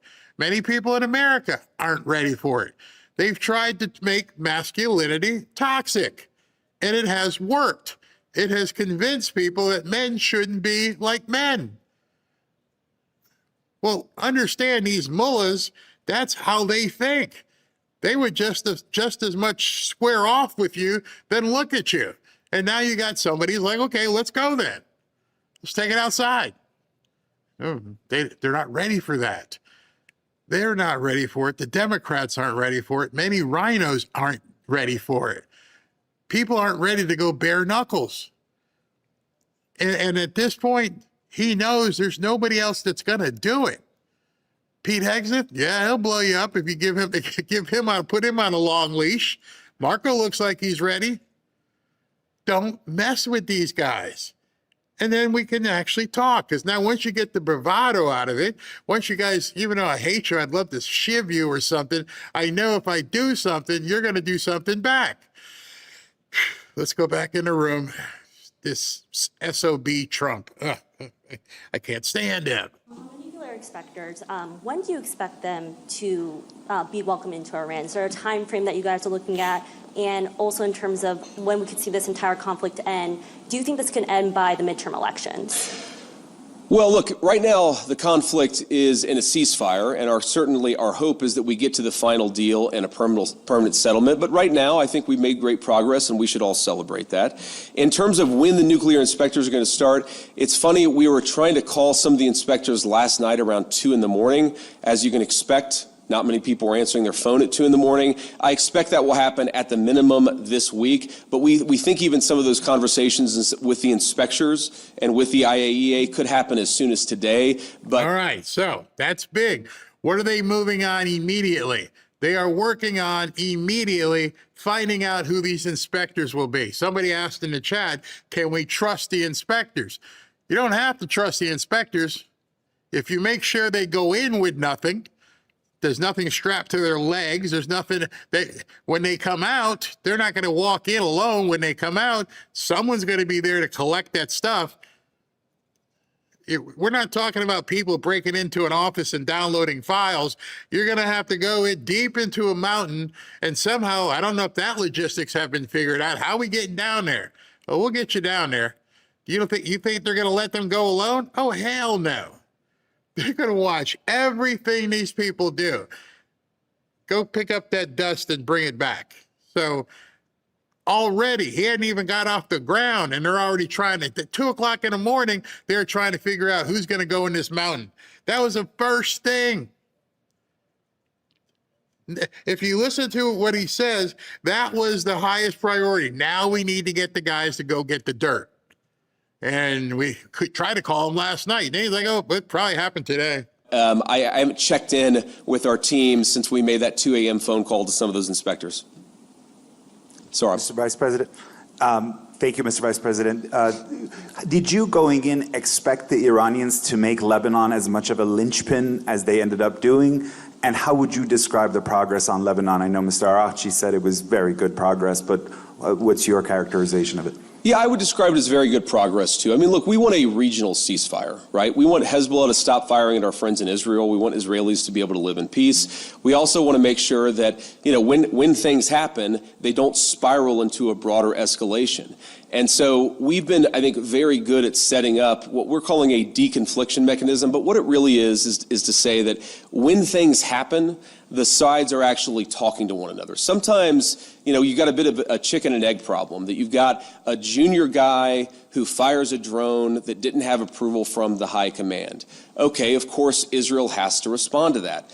But then sometimes that response, we could actually have a better and more peaceful situation if Israel responds in the context of a conversation that's ongoing between Hezbollah, Lebanon, Israel, and other partners in the region.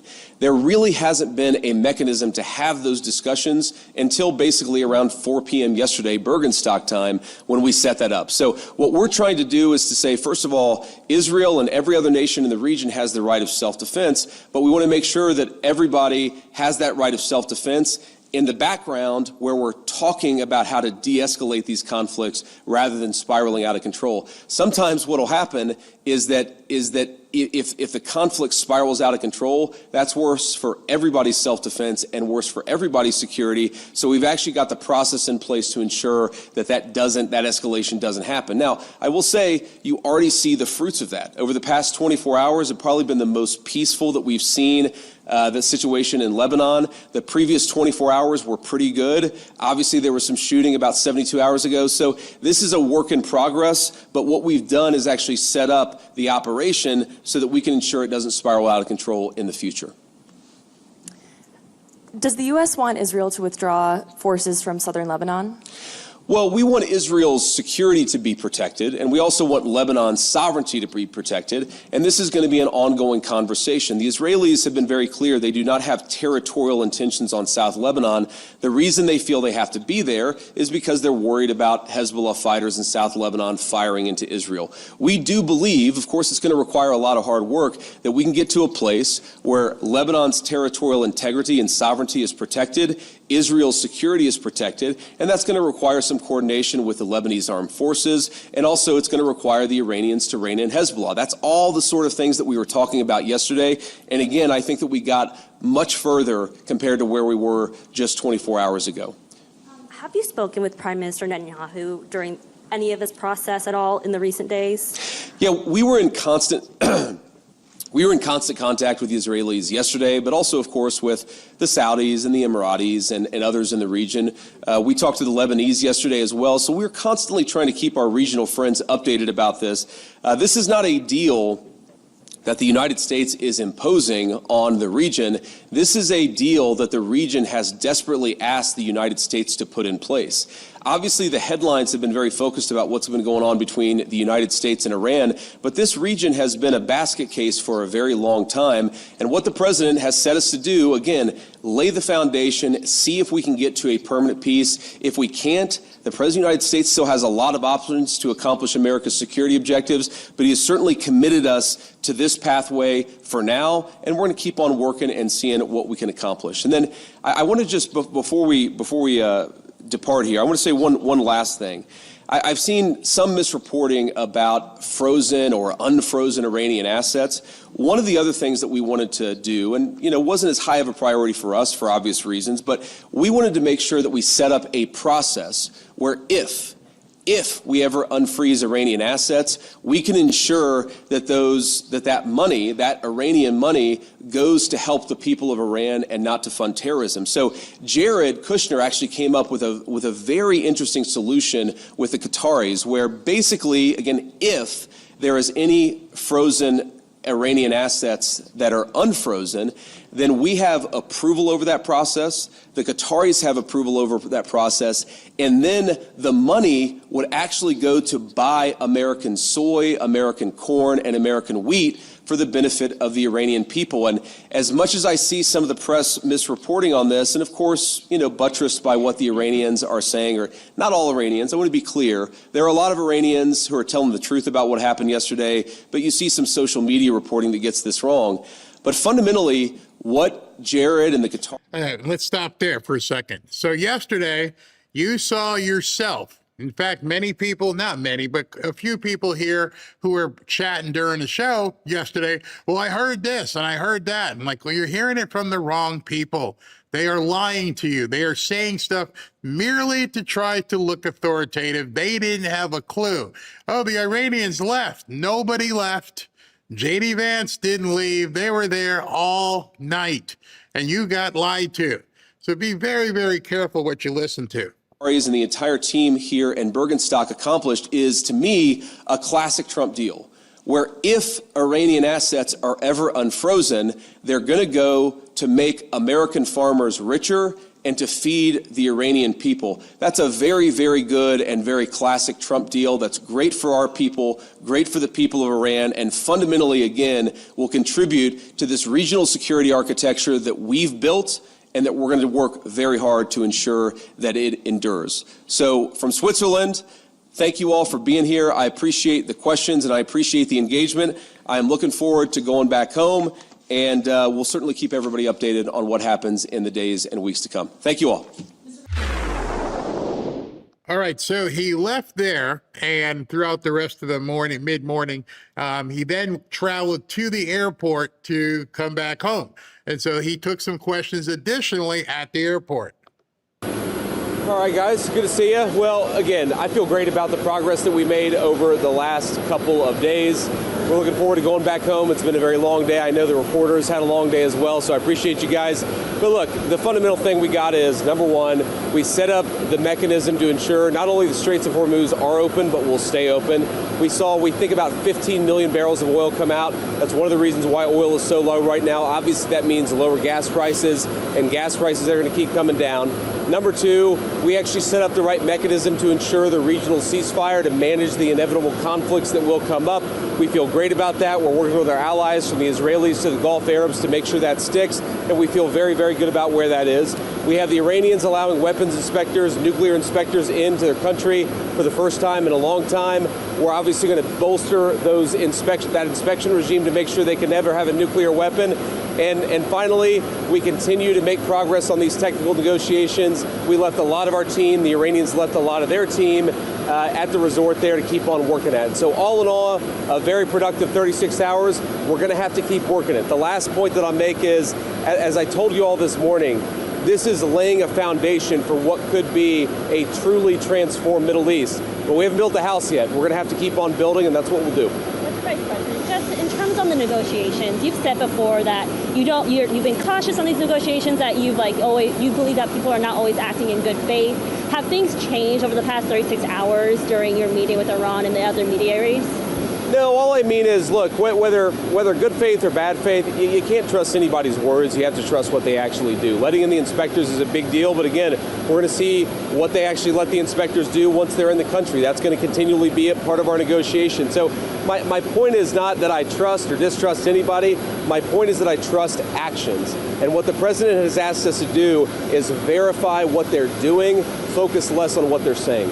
Sir, you mentioned for the Iranians using these frozen funds. Sure. To buy American soy, for example. Is that something that was raised yesterday that they've already agreed to? The Iranians have already agreed to that? Yeah, that was something that came up yesterday, and we actually asked the Qataris to help us set up the mechanism so that we can ensure that the money goes where we want it to go, and they agreed to do that. We have a good relationship, obviously, with them and a good operational oversight mechanism in place. But even with that said, even with the caveat that's going to benefit American farmers and obviously benefit the people of Iran, we want both. But fundamentally, that money is not going to be unfrozen unless we continue to see progress. So that'll obviously be a big part of the negotiation in the days to come. Sir, very quickly, there was a moment yesterday when Arachi came into the room and did not greet you. You guys did not shake hands, and then he walked out of the room. Did you feel snubbed by that? Did you feel it was an intentional move on their part? How did you interpret what happened? No, I mean, I trust me, I've spent a lot of time dealing with the Iranians over the last few months. Sometimes I find them extremely confusing as negotiators. But look, we had a little press conference. They obviously don't quite have the same First Amendment protections in Iran that we have in the United States of America. We talked to you guys and then had a series of really good meetings. What I did find kind of funny is that after that initial meeting, there was this, sort of social media firestorm where everybody said the Iranians are going to leave, and then we proceeded to talk to them for like the next 9 hours. So I would... These reporters just completely miss it. Again, I just want to point out they're talking about the people leaving, not shaking hands, all the posturing that Iran did, all the beating of the chest. But like he just said, at the end of it all, they were here for 9 or 10 hours. Nobody went anywhere. We had to get something done. Will it hold? We don't know. But they didn't leave. You guys lied. You completely lied. You're looking for reasons to make this go south. You're looking for reasons to make sure that Iran looks better than America. And again, another group of reporters not asking anything about the nuclear dust. At this point, it's becoming quite conspicuous by the absence of these questions. They're not asking anything about it. And over the next few days, whatever you traverse over the internet, whatever you look at on TV, you're going to think about what I'm saying to you. And when they get to it, see if anybody talks about matching the data of where this stuff came from. Nope. He said that's our most important thing. You would think that the vice president and the president said this is what's most important. Well, we should be asking questions about it and not be talking about algae at a pool. By the way, while we're watching this, the 5 is on right now. And for the last 15 minutes, they have dedicated all this time. Well, I can show you. Donald Trump's big donors. You should have given it to an indigenous contractor. No, you should give it. That would have taken a year. There are pool people who are posting on social. Not transgender pool people. Those are the people. See, something's up. Something is definitely up where these people have been told 15 minutes of national network time about friggin' algae. Wow. Encourage the media, mistrust a little bit what you see coming out of Iranian social media. They can be confusing negotiators, but we feel like we're making progress. Thank you guys. Take care.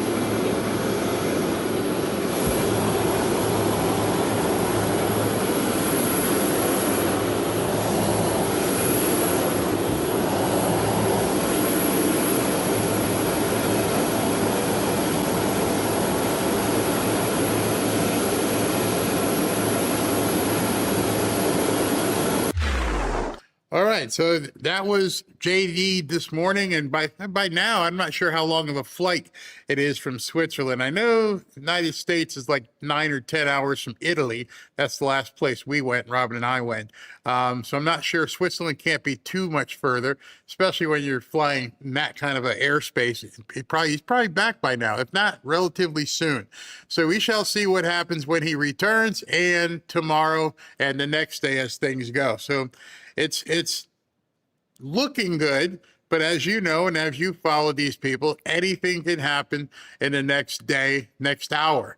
Lebanon and Israel could start lobbing bombs at each other. Who knows? But right now, it seems to be holding, and right now, they seem that they want to work something out, but that doesn't mean it's going to go. Once the deep state keeps pushing them, do something. You can't let Trump get this stuff. And I guarantee you they're watching it, either through Space Force or whatever. They've got eyes on that dust. They're not going to let anybody get near that. If they see a truck, it's probably going to get blown up. They're not letting anybody get near that stuff. So right now, we'll have to see. It's pretty much a stalemate. You're going to have to come to the table. You're going to have to let these guys that we pick go in and take a look at this stuff and collect it. So that's where we are with everything. All right, let me check with SV, see if he's got anything. I saw you had one story. I saw you had one story, another story that pissed me off. I cannot Nick believe. Sorter one. Yes. Yeah, that. Man, I love the name of this judge, though. What in the hell? She's from. I'll read it down at the bottom, but her name is Sparkle Sukananen. That's a real name. She just barred Trump admin from checking citizenship data for voters. So, of course, Democrats are terrified about illegals no longer being able to vote. The federal government was using a federal database to purge illegal voters, and a judge just put a stop to that. I can't show it to you, but Grok was asked if this was true, and then, give us a full context. So I'm going to read it out. I'll go slowly so I don't. By the way. Somebody had sent an email today and asked, she's like, what are they talking about?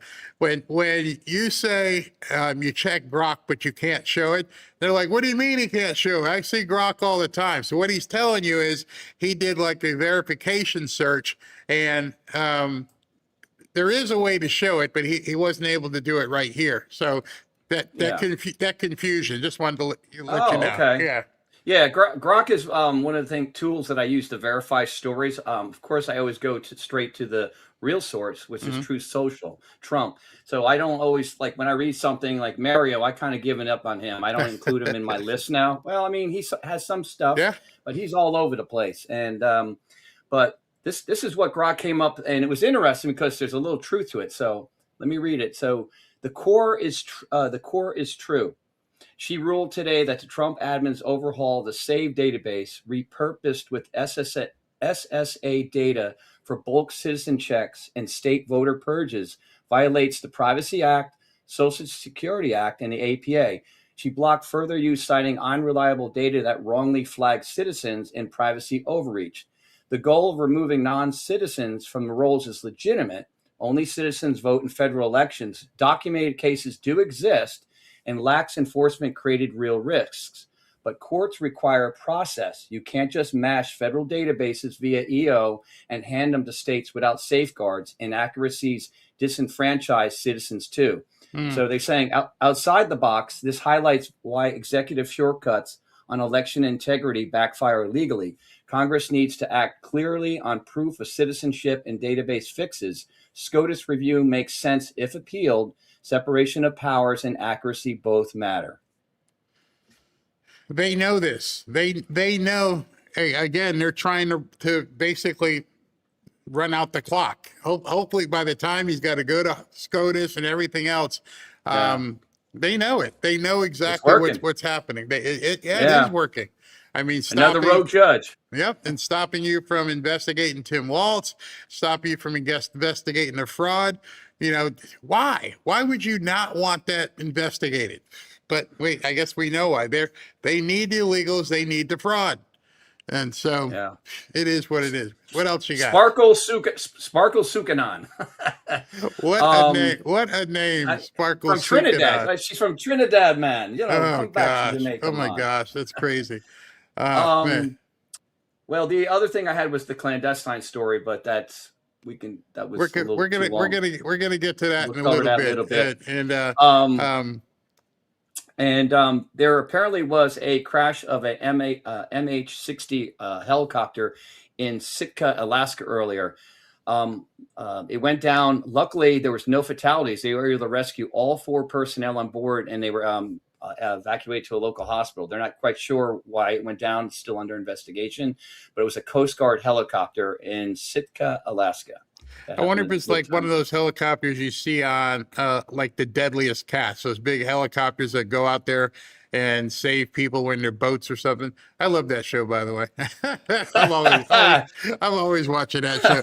I get sick watching it. Go, oh yeah, Barry, you would not be on that, right? I can't even watch it. I'm just looking at these guys and they're like, how you doing? I'd be down below just in a ball or something. Besides the fact, it's cold as hell up there in Alaska. Oh man! So you see that water going around. You have ice cubes. Will be all hanging down from your beard, man. You'll have an ice beard or something. I'd salute those. I salute those guys for what they do.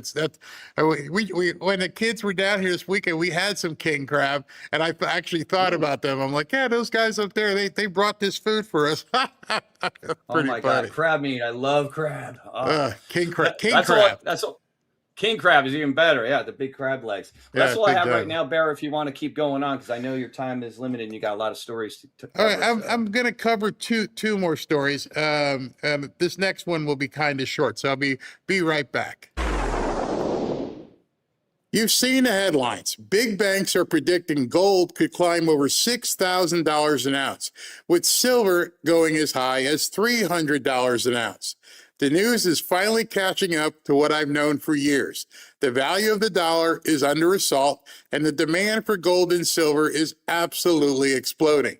But who you trust matters just as much as what you buy. That's why I trust Lear Capital.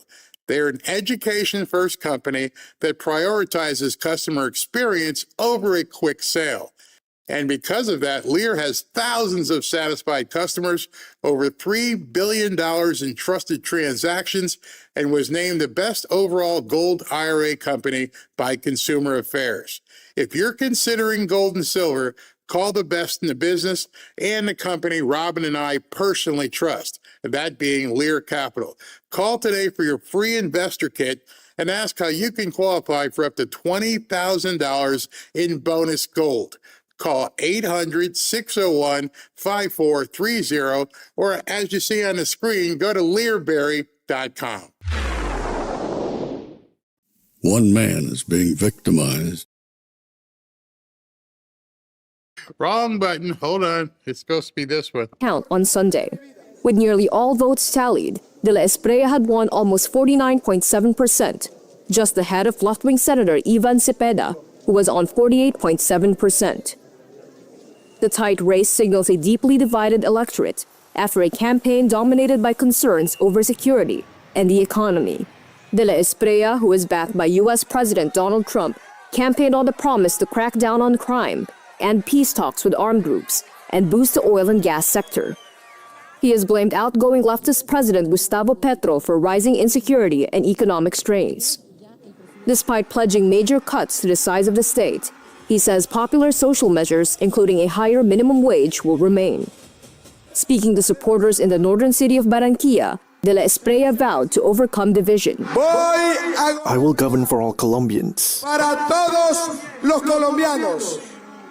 For those who voted for me, Por mí. and for those who chose another candidate. There will be no winners or losers. Ni vencidos. There will be no reprisals, no persecution. No habrá persecuciones. Because in a democracy, there are no irreconcilable enemies. Existen enemigos irreconciliables. There are compatriots who think differently.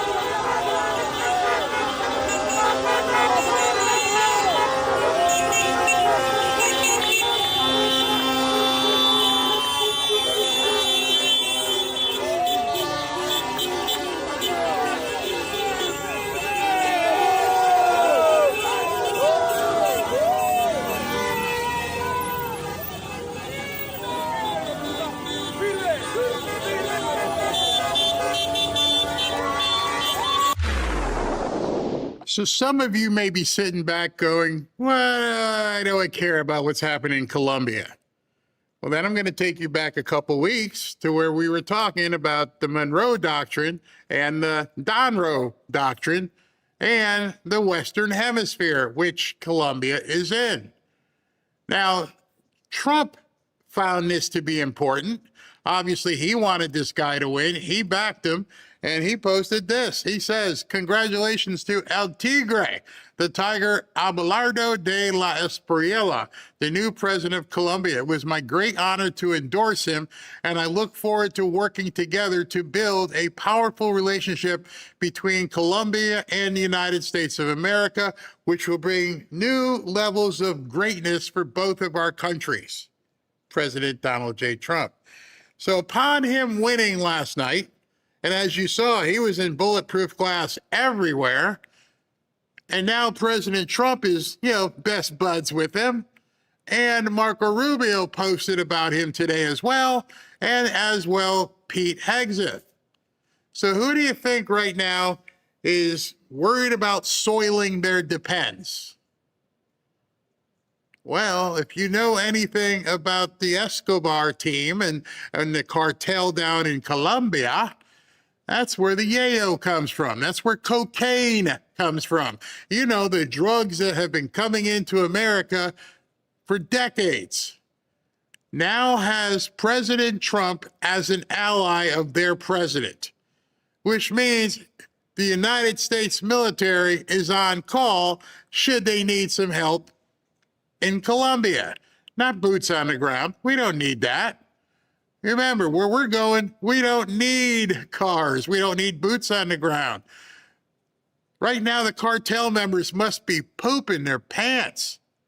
They must be crapping themselves. Remember, they just saw what happened in Venezuela. They saw, if need be, these guys can swoop in, take out your bad guys, and go home and take you with them. They can send in drones, they can missiles, everything to destroy your operation, even if it's way under the ground. So it seems as though, if you've seen some movies over the last 20 years, and you know a lot of these huge drug dealers from Colombia, they've been working with you know who. The deep state. All kinds of movies have shown you that they've been trafficking the cocaine and bringing it in for decades as a part of their ability to raise money and do whatever kind of nefarious things that they needed to do. And slowly but surely, he's turning all the levers off. And now they never even imagined that a Trump-endorsed candidate in Colombia would win. Because they probably never cared about who the president was. The president of Colombia was a figurehead. They're not going to do anything to put themselves in trouble because their entire family would get nuked. But now it's different. Now he's friends with the guy who's going to be doing and capable of doing the nuking, figuratively speaking.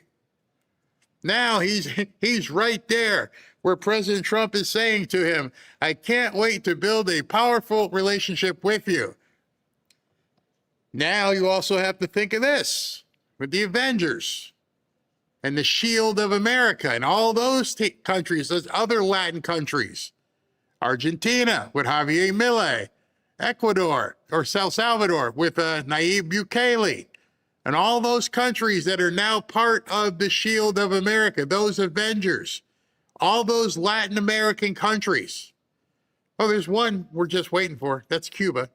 But even Cuba must woke up and went, oh, no. Oh, did the Trump guy just win? Yeah, the Trump guy just won. So you can bet we're about to see some sort of military action happen in Colombia in the not too distant future. But all that being said, all that being aside, have you been paying attention to all this stuff that's been happening south of the border? See, many people They don't want you to watch this news. They're not talking about Colombia. They're not talking. I don't even know the last time I've seen a story about the Shield of America. I haven't even heard about the Avengers, like they don't exist.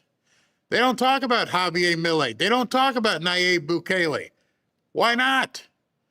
It is becoming crystal clear to me what is actually happening. Now, I don't know if you know this. This is going to freak you out if you don't know this. Did you realize that by exposing how USAID was fueling and funding socialist elections in Latin America, and with Doge, which they're freaking out about, stopping that funding, what the result of that has been? It has been unanimous victories for the candidates on the right. I don't know if you've been keeping score, but since USAID had their funding freeze in January 2025, not some, every left-wing candidate has lost every major presidential election in Latin America. All of them.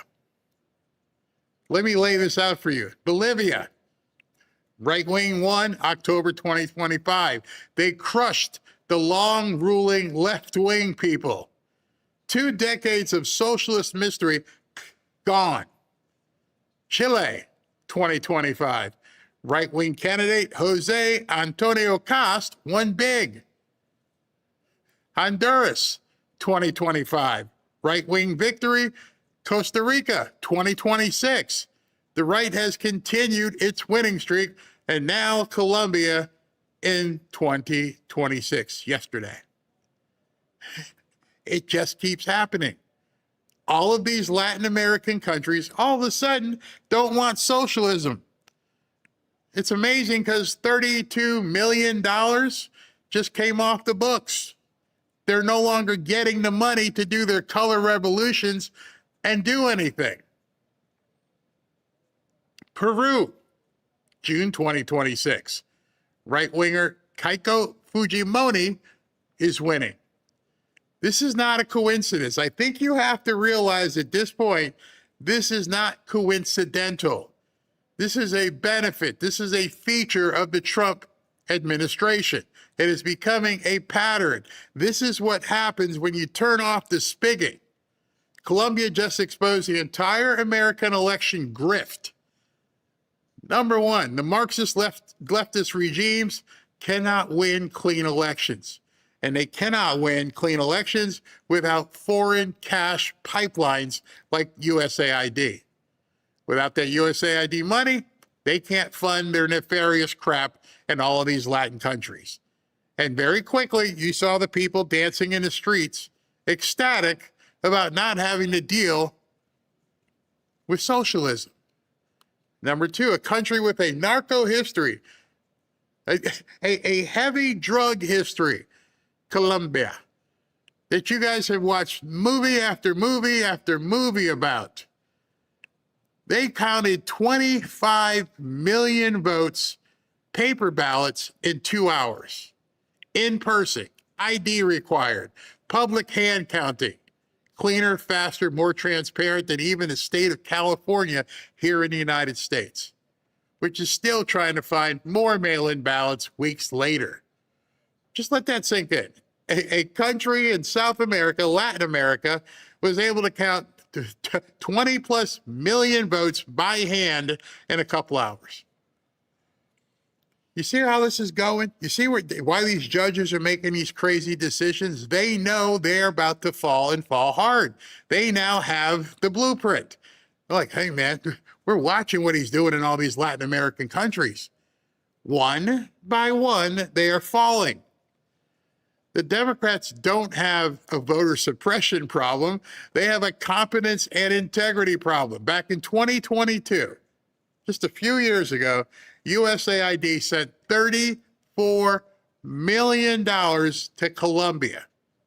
$34 million just to Colombia under its so-called democracy, human rights, and governance program, whatever the hell that is. Well, I think we all know what it was, but they didn't get that $34 million this time. That was the bucket that they used to funnel cash to left-wing NGOs that rigged the elections, influenced voters, and propped up socialists. Pretty much what you're seeing here. A communist won in 2022. That time, that's because they got that $34 million. This time, the communists didn't have American taxpayer dollars. They didn't have 34 million out there to go fix it. And look what happened. Look what happened. You turn off the money, the grift in these other countries goes away. That's why people like Ro Khanna and some of them are screaming, oh, the kids are dying in Africa. It's like 10 million kids are all dead because we can't give them your money. It's over. It's over for the Democrats. They are literally walking dead. Thanks to people like Marco Rubio. And he tweeted yesterday congratulating President-elect Abelardo de la Espriella, and he said he's looking forward to working with the new administration on security, stopping illegal immigration to the United States, and strengthening economic ties so they won't be dependent upon cocaine economies. Every single election, not one, not two, every single election in the Western Hemisphere since USA was shut down has been won by what they would call the right-wing candidate instead of just the populist candidate. Every single one. What does that tell you? What does that tell you? Global freedom is what these people want. I just showed you a video of the people dancing in the street. Latin America is finally waking up after decades of socialist failure, poverty, and corruption. But you're trying to tell me that those countries are waking up at the same time we've got cities here and city in blue states where they're trying to promote this stuff. It makes me a little worried. I mean, doesn't this mean every crap-stained pant commie, every radical leftist, every failed socialist is going to pack their bags and move to the USA for welfare and socialism? If they can, that's why we got to cut that off. They can't have it anymore in Colombia. They're going to try to get here. How can every country in the Western Hemisphere be shunning socialism, yet here in the most advanced country in the Western Hemisphere, we're still seeing it rise? Because it's fake.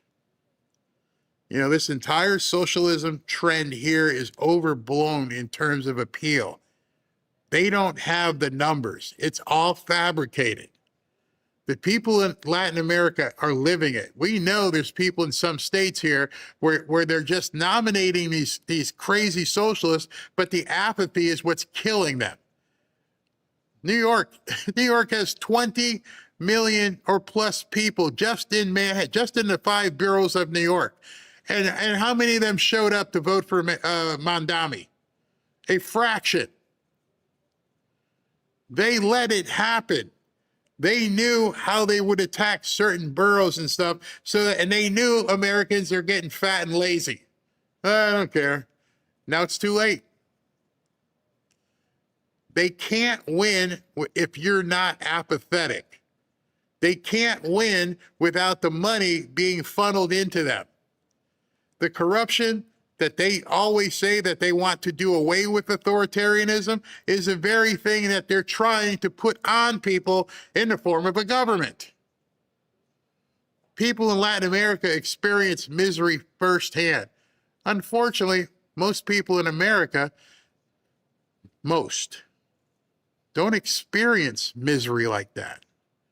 Every single one of you, if you watch this video and decide you want to turn off and go grab something to eat, you're going to go eat. If you're hot, you're probably going to turn on your air conditioner. If you need to go to the store, you're either going to go or you're going to have Uber bring something to you. Americans are spoiled. They don't know what it's like to live this way. Spencer Pratt saw it firsthand. My house burned down and nobody's helping us. But that's as far as the misery goes because he's still going to eat tonight. His wife and kids are going to eat. The radicals never had to live under the socialism that they are promoting.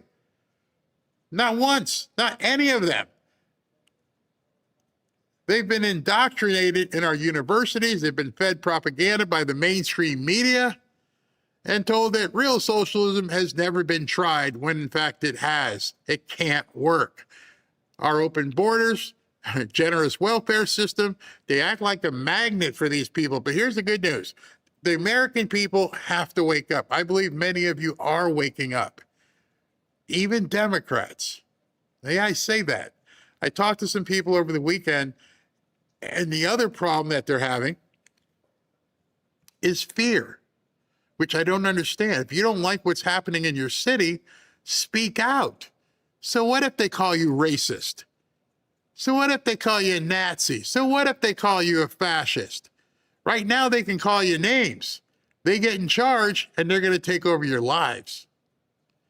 I would accept somebody calling me a racist as long as they don't get in power. You can call me racist, tell your story walking. We can't let it happen. We turn it off in other countries. We need to turn it off here. We need to make sure we choke these people out financially so they can't do their crazy socialistic dreams. The trend here in America is real, which is probably one of the saddest things. Think about that. All these other countries, socialism is being defeated, and in America, it's being promoted. But it's concentrated among the young, the indoctrinated, the dependent, the lazy, the middle of the country, not there. The working people and us boomers remember what America was. We want our freedom. We don't want the chains. We don't want to be fed like birds in a nest. We want secure borders. We want law and order. They want an America where none of that exists. I don't want to subsidize failure. I don't want the south of the border to be in Boca Raton. We don't need to import failure. We don't need to import leeches. These leftists, they may try to come here from other countries. That's exactly why we have to finish the wall, enforce the law, and use catch and release. I saw an interview with Tom Homan, which I'm going to show you tomorrow, where he's like, I can't even tell you what's coming to New York. Thank you. Thank you very much. Do not give in. When they say we're not going to play with ICE, too effing bad. If Latin America, if these small countries in Latin America can outright reject socialism, especially after the funding dries up, well, we can do the same damn thing. Once we stop subsidizing it at home. I think we've reached a turning point. If people start looking at what the hell is going on in the Western Hemisphere, they'll start to see we can beat this stuff. We can beat it handily. We can stomp it out. We got to finish the job here at home. President Trump and Secretary Rubio showed us the way. They cut off the funding. They're exposing the grift. They let people vote, and they count the votes in these other countries. Let's understand we're bigger than Colombia. We are more advanced than Colombia. We're not better people. I will never look down at another group of people and say we're better, but we can beat this. They beat it. There's no reason why we can't beat it. And so this is why it's important. President Trump understands what it is. We're basically eradicating socialism from the entire Western Hemisphere. Cuba, good luck. You're up next. And I can't wait to see that happen. And you guys know about, Starmer, he's out in the UK. Every other country is falling apart. So I'm loving it. We just got to stomp it out here. SV, you got anything, man? There's never a shortage, Barry. Never a shortage of stories. I saw another clandestine story that he just keeps on putting it out there, but I'm going to wait on that because that's all tied together. But the other link is... I'm sorry. I just saw what you said to me. Yeah. SV, he's got some news. I don't know if it's news, but it's a story. And I just wonder if people can handle it. I mean, is it something we should table, or do you think people can handle it? I don't. I love this. You're talking about clandestine, right? No, not just him. The whole thing. You know, the whole thing that happened today. It happened for a reason. And here's what it is. I wanted to save it till last because if you think we're crazy and you don't want to talk about it, you know, you could tune out and we'll see you tomorrow. The rest the rest of you might get some enlightenment and really understand what. I'm gonna go there. I'm gonna go there. Okay, you're gonna touch the third rail. Yeah. I mean, I've been thinking about it the whole time, and I'm like, are people ready for it? I don't even know. They have to be able to handle the truth, man, because it is truth. It's not. It's no longer. You know, they banned people for this. Now it's all coming together. He's been vindicated. All of it. Everything. I was funny. I was getting ready and I texted Robin. I said, have you seen what's going on? And she texted me back, and all she texted, let's see if it shows up on the camera. Because she was deleted off of Twitter. Let me see if I can find what she sent me. I don't know if you can see it. Oh, yeah, the Pepe. Yeah. Yeah. And it's so funny to me because it's this underground network of people that people, you know, have had to just kind of give the secret handshake as they walk by and things of that nature. So I'm going to go. Let me jump into this. All right. All right. I say do it. I want to start there.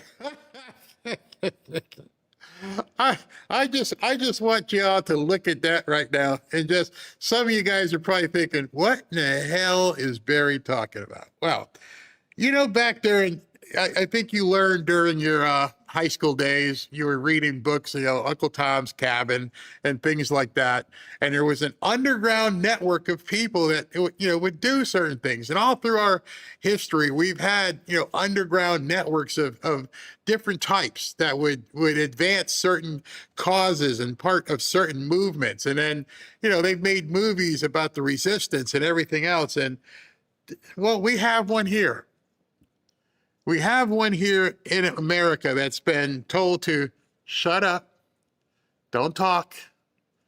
But you'll recognize who some of these people are. You'll understand that there has been there was a movement of millions of people, not a few, millions of people who were entrenched in this and were hoping that, you know, it would come to mainstream. And we had to stay quiet about it. But lately, something's been happening. I want to show you something. This was posted earlier today. Let me see the first one. Do I have the first one? I think I have the first one. We all woke up this morning, and as we normally watch these shows and everything, something got posted at 10:55 this morning. And it was this.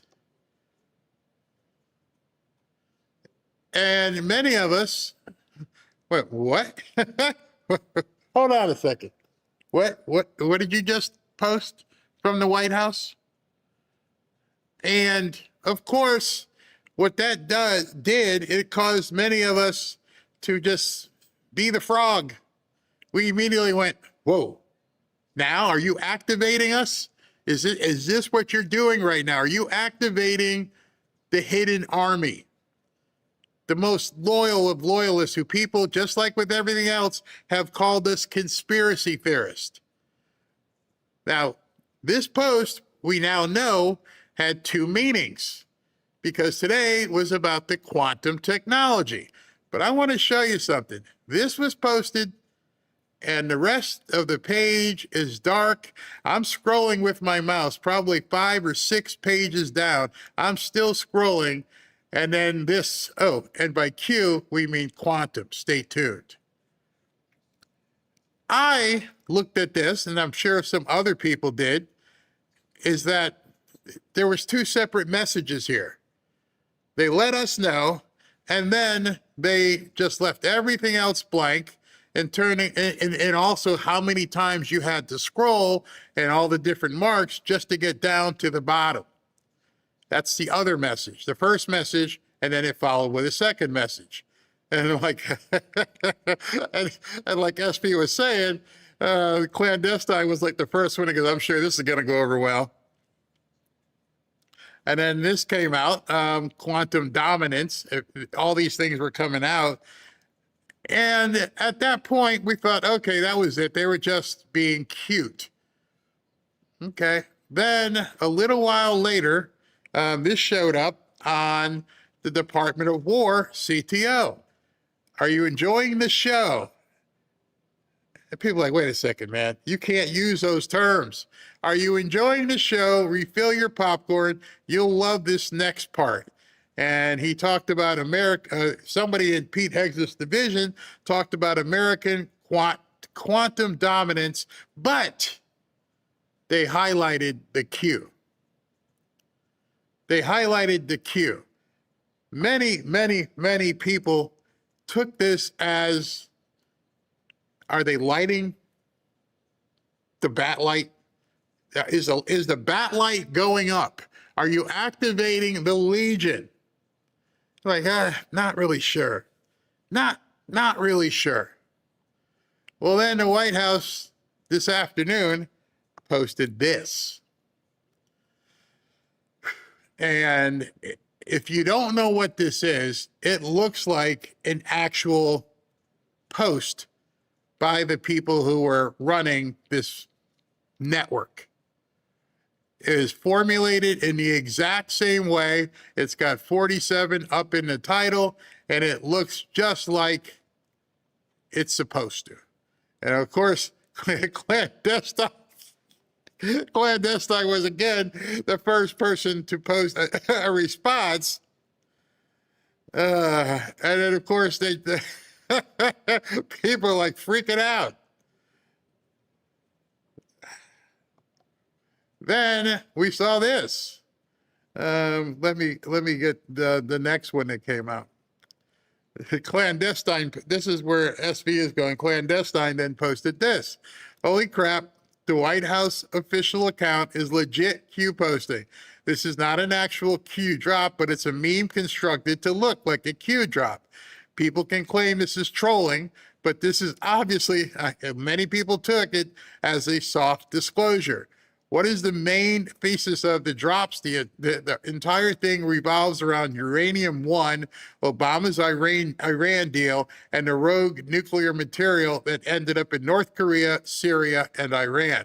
Sounds kind of pertinent to the current conversation, doesn't it? Not an accident. And that's all it took. At that point, it just went like wildfire, and people thought they were activated, that this was it. Clandestine, who's been really deep in this for quite some time, said, I'm getting really close to saying screw it and just going full send. I've been trying to maintain my camouflage so I can subtly inject red pills into mainstream without scaring off the normies, but I think it might be time to jump all the way down the rabbit hole. Nothing to lose at this point. We're either doing this or we're not doing it. And that's how a lot of people feel. We're either going to do this, we're going to jump in, we're going to go all the way, or we're not going to do it. Then somebody posted this. On the left is the White House post where they framed it just like a 17th letter post. And then down here, it says, be vigilant today. This is where it really got freaky. And this was from 2017. A full 9 years ago. Does anyone be vigilant today and expect a major false flag? Does anyone find it to be a coincidence that it's always a terrorist attack when bad news breaks about the Democrats? Okay, so let me jump forward. Do I have this here? I don't have it, but you guys do know that there was an attack today. It happened to be in Montreal, but nonetheless, there was an attack. And then this person posted from March of 2018, you are learning how many coincidences before it becomes mathematically impossible. Wait until you learn who has been talking to you. mathematically impossible, and then they're talking about quantum technology today.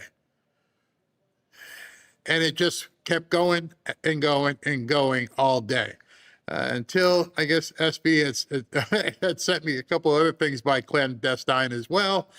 Wanted to show you this. For the people who are critical of the whole 17th letter thing, I have to call it because they don't even like us talking about it. Still, 10 years later, because they consider it a conspiracy. A conspiracy that has lasted, it's going to just keep going. Have you ever read The Drops? We've witnessed damn near every other conspiracy theory end up being true.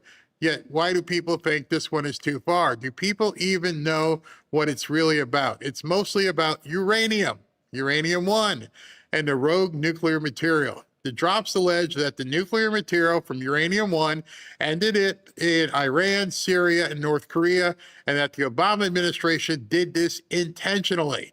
And their plan was to initiate World War III and implement a new globalist, I can't even say those 3 words.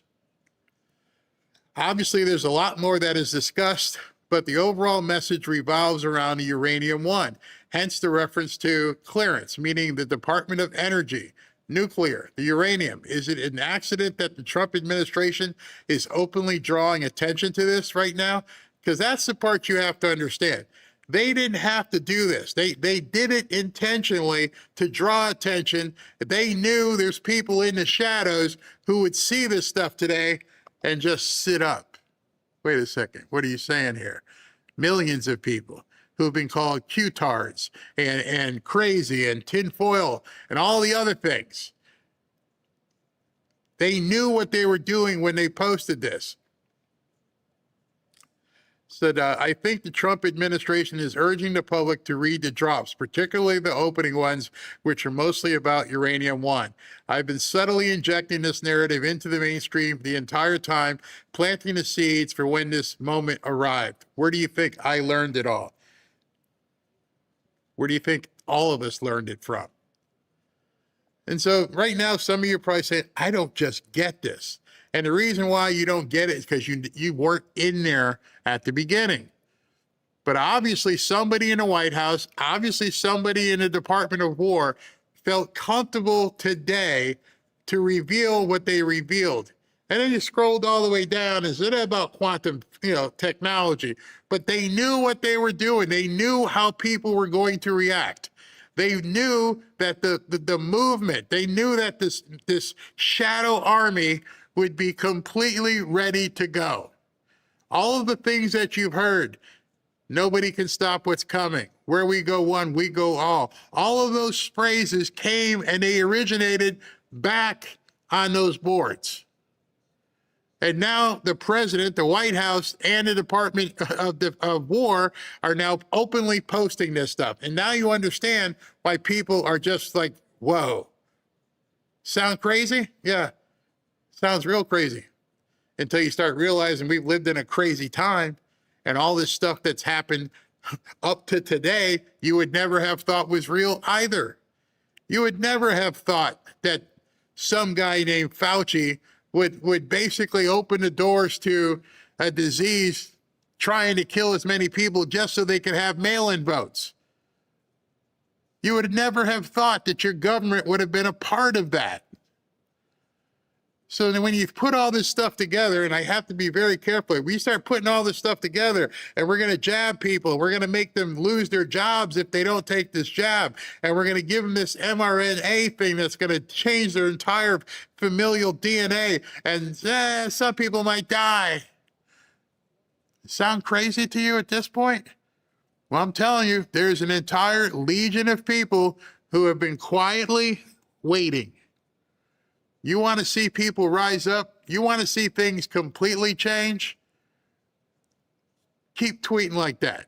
Keep showing people that it's coming.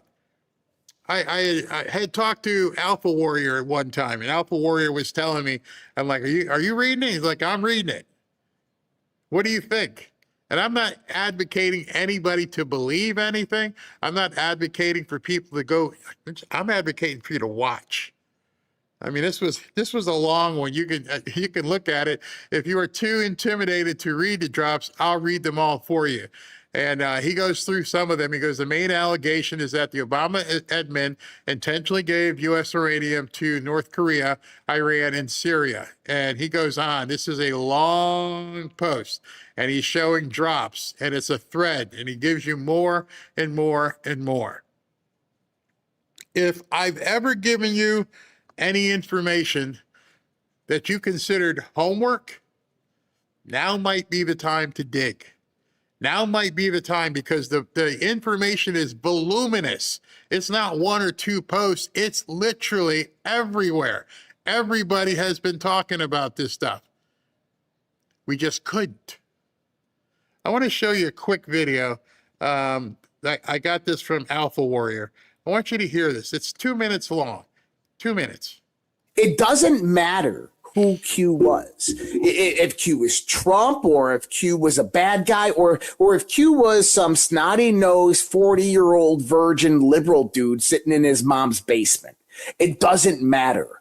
The reason it doesn't matter is this. What happened out of Q was the largest information dissemination operation to ever occur in global history. What do I mean? It developed the alternative media. People out there mobilized to find the truth and to save their country, uncovering every breadcrumb, going down every rabbit hole. And that's why they had to shut it down. It became a movement to itself, where it was like a coconut telegraph type of thing, where people were talking and they were using X at the time, and they had to stop it. They found out that people, hey, did you see this story? Oh, by the way, did you see this document? Hey, have you seen, because nobody up on the tube was covering anything. So what's really interesting is a lot of stuff you're seeing now, and a lot of stuff you heard from Tulsi Gabbard. A lot of us were like, seen it. Yup. Yeah, saw that. You remember the whole thing with Hunter Biden's laptop? Yeah, we saw it. We had the entire hard drive. Many of us had the entire hard drive saved. And we'd show people, oh, that's Russian disinformation. I'm looking at him. Nope, can't talk about it. Remember President Trump went on 60 Minutes, and Leslie, whatever her name is, she was interviewed. Oh, it's not, it's fake. It's not real. And he's like, Leslie, it's true. We all knew. We saw it. We actually saw the pictures. Never going to forget them. We saw and we talked about everything. We were exchanging all kinds of information because we really thought we could. And then all of a sudden people were like, blip. They're gone. What happened to that? Blip. That person's gone. Blip. My wife can't. You can't get on anywhere. You lose channels. You couldn't talk about it. They had to shut it down. They weren't covering it. In fact, one day, Chris Cuomo went on the air. I got to find that piece. SB, if you could find it, let me know. Where he went on air and said, nobody else can show you this. Only I can.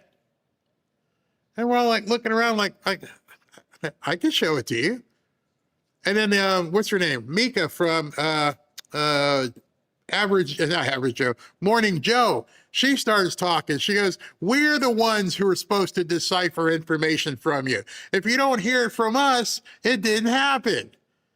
And that's what really hooked me, is when I saw these people go on television and realize that the information chute had been hacked, and that the rest of us were getting it in volume, seeing all the pictures. And don't even get me started with the you know what, the real Epstein stuff and all that kind of stuff.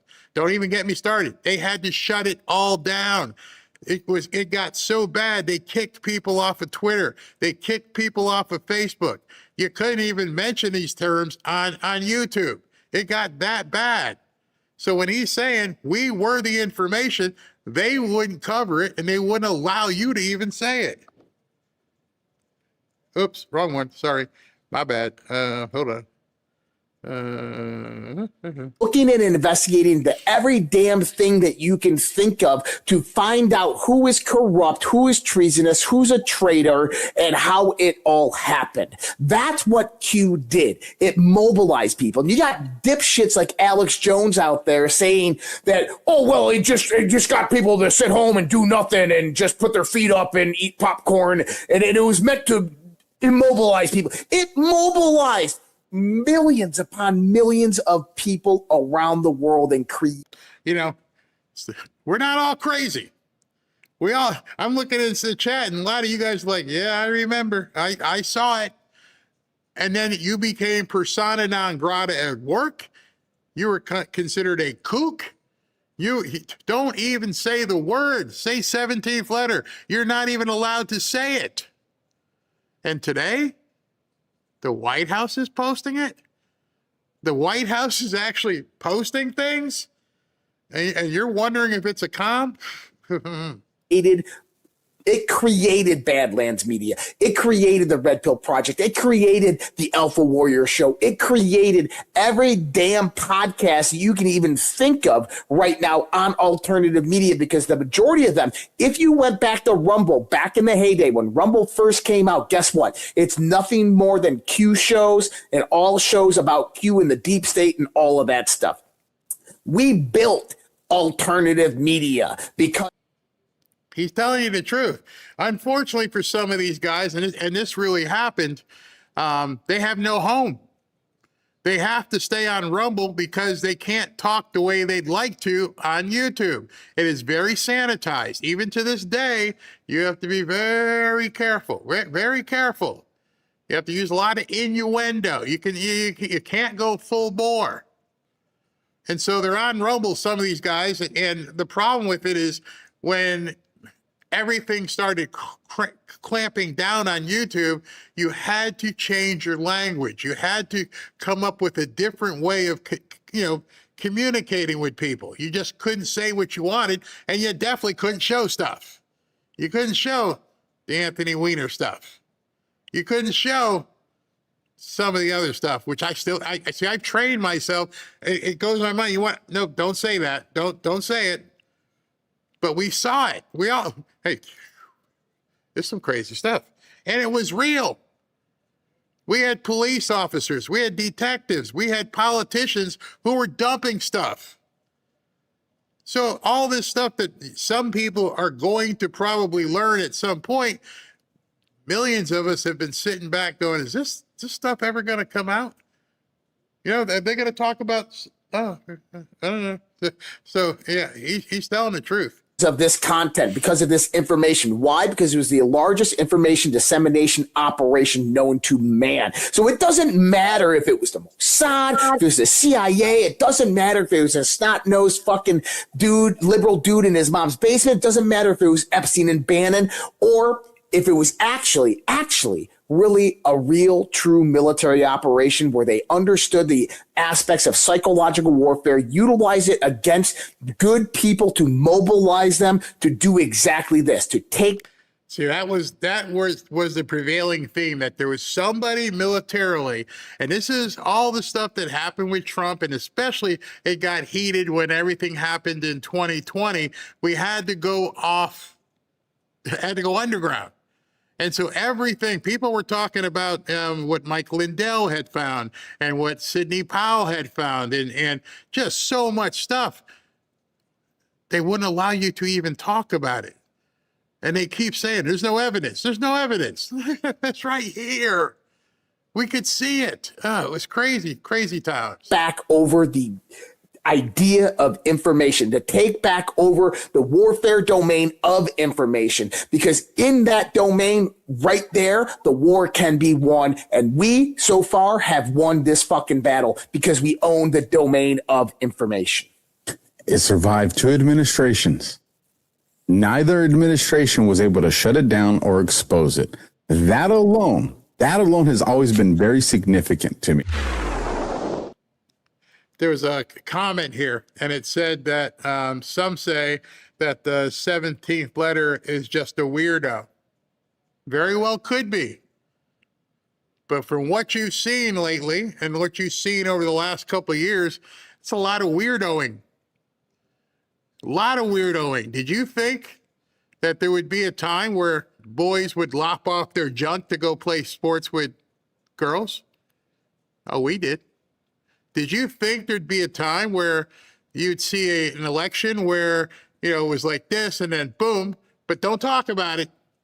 Yeah, we did.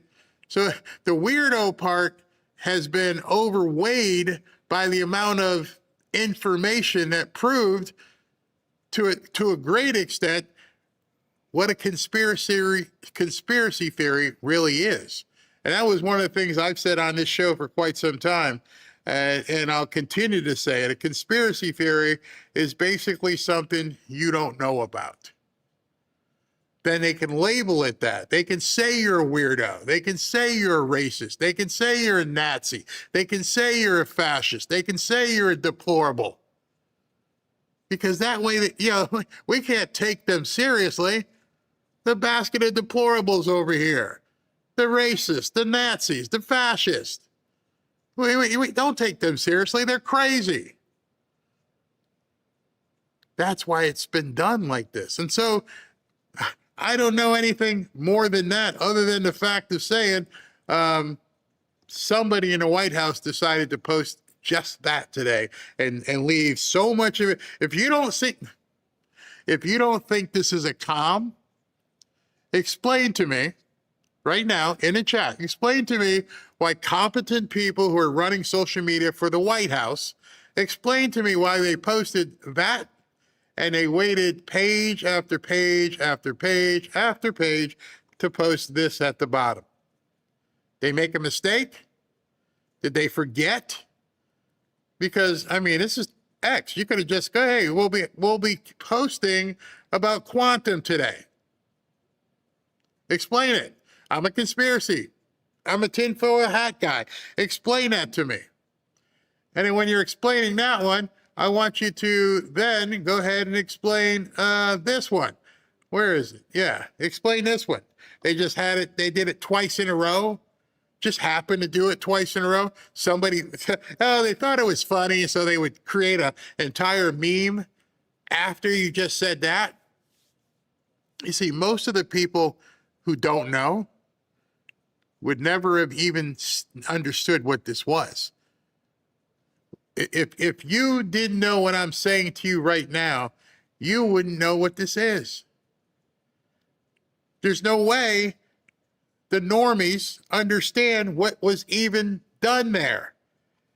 So then you have to ask the question, why did they do it? These people aren't stupid. And it had to be approved by somebody high up in the administration, if not Trump himself. So understand, you work for the White House, you work for arguably the most powerful man in the world, and you posted this. And you're trying to tell me, because I'm the one with the tinfoil hat, that, they were just playing around, that nobody else had to approve this.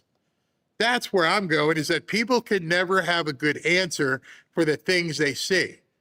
And when you question them, like, I don't know, well, maybe you should look and see what you don't know, because there's no possible way, none, that they could have posted this and then scrolled way down to post the rest of it if that wasn't intentional. And they got the reaction they were expecting.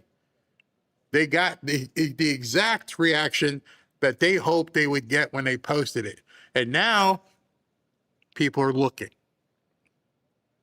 It woke up so many people. It woke up so many people who have been just tweeting on X and talking about the news. That got posted and people are like, what? What? And so I believe it's about to blow wide open again. I can't wait to see what Alpha Warrior says and some of the things he says, because that's where we are. And I didn't do it. I wasn't responsible for it. The White House did. So I wanted to wait till the end in case many people thought I was crazy, bat poop crazy. But if I'm bat poop crazy, just so you understand, then there's somebody or some people in the White House who are as bat poop crazy as I am, and as Alpha Warrior is, and Clandestine, and others and others and others. A lot of bat poop crazy people based on one post. That's where we are. Whoa. Trump and his team have been very busy on Truth Social. A lot of polls. And the first story is about the he shows the example of the crazy pro-allergy, likely paid protester. That was like 37 minutes ago, but a couple polls. So if you could bring it up, you can kind of scan through a couple. Some of the polling was pretty good. I mean, a lot of people approve of what he's doing over there. It looks like the polls were done by Fabrizio, Lee, and Associates. About 1,500 people that knew about the deal. This looks like about 8 or 9 posts in a row. Yes. That's why I texted you. I said he's been a busy bee, or his team, of course. All right, let's do the first one. He posts this. This one says Iran deal polling. Fabrizio Lee and Associates inflation. What impact will the U.S.-Iran peace deal have on inflation and affordability? 43% get better, 39% about the same, 16% get worse. Only 2 people don't know. They don't have any feelings on anything. So most people think it's going to be either about the same or get better. Yeah. Yep. Let me bring up the next one because there's a whole bunch of them here. Let me go back. What's the next one here? This one here. Economy. What will impact the U.S.-Iran peace deal have on the U.S. economy? 51% say it get better. The negative numbers are really low. Yeah. Wow. Can you read the Yes. source at the very bottom? Yes. What does it say? It says between June 16th and June 18th, it was a Fabrizio Lee and Associates poll. It says it looks like the number of people polled was 1,179, and it says they were aware of the peace deal. Wow. So there's your context. That's pretty crazy. Let me get another one here. That was the economy. What's this one here? Everybody sees it. Do you favor or oppose the peace deal reached between the U.S. and Iran? 67%. How can you oppose it? I mean, what? What the hell's wrong with these people? Dummies. Not sure. They're commies. You're gonna have to read this one because I can barely see it. All right. This one is the most important reasons to favor the United States-Iran peace deal. Share of mentions normalized to 100%. Respondents could pick 1 or 2 reasons. So 36%, the highest number, said peace or no more death or ends the world. Ends the war, not the world. 11% is straight or Hormuz will be opened. 11% said gas and oil prices will go down. Another 11% said Iran loses nuclear weapons. 8% shouldn't have entered the war to begin with. 8% economic growth fix the economy, and then 10% other reasons combined, and 5% don't know or refused. I love when they say don't know or refuse. Yeah. How do you not know? Oh gosh. Do you want do you want World War III? You definitely got to read this one. This is tiny. All right. Yes. So Qantas Insights. Question 5. The U.S. and Iran recently announced a preliminary agreement to stop hostilities, reopen shipping through the Strait of Hormuz, and begin 60 days of talks on Iran's nuclear program and sanctions. Do you approve or disapprove of this agreement? 43% strongly approve, 13% somewhat approve, 16% neither approve nor disapprove, 15% not sure, strongly disapprove is 8%, and somewhat disapprove 5%. Whew. So only 13% of people have any disapproval idea at all. Correct. Oh, wow. Okay. And then we get this one. Can you read it, or you want me to read it? Good. All right. This one is, will the agreement to end the war with Iran be good or bad for the United States?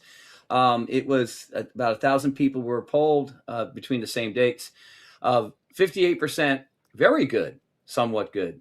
14% said somewhat bad. 6% very bad, and 21% not sure. I mean, what are they doing? Oh gosh, 21%. That's kind of scary. I mean, it's like 21%. 21%. Yeah, that's a big number. Like, don't have a clue. don't you? I mean, these are people that have their head in the sand. Oh, yeah. There's going to be a lot of sand if you have a nuclear war. There'll be all sand. What else we got here? All right. This one is: do you favor or oppose the peace deal reached between the U.S. and Iran? 60%, 67% favor, 26% oppose, and not sure 7%. Oh boy! Wow, these numbers are very telling. Only 20. That's probably all Democrats at this point. Yeah. Where'd that go? What is it? Is this an ad or is that? Yeah, that's I an block ad. my ads. Yeah, the next Okay. one is the Iran deal polling. There you go. YouGov CBS poll: over 80% of Republicans consider the deal better for the U.S. or good for both countries. So among Republicans, agreement between U.S. and Iran is better for the U.S. All Republicans 39%, MAGA reps 47%. Better for Iran 90%. All oh my goodness, all reps, and 12% MAGA reps, about equal for each, 42%, and then 41% for MAGA. Oh my goodness. Some people are not getting the message. No, not at all. Oh my goodness. And then this one is, I know, we saved the best for last. I knew, I'm glad you did it in that order because. Oh my gosh. Oh, so, and they called themselves, wait a second, I went past it. They called themselves Antifa. Antifa. Allergy and FIFA. Oh, these people are losers. Oh my God. I saw this video yesterday and I was going to send it to you. I forgot, but like, this is insanity.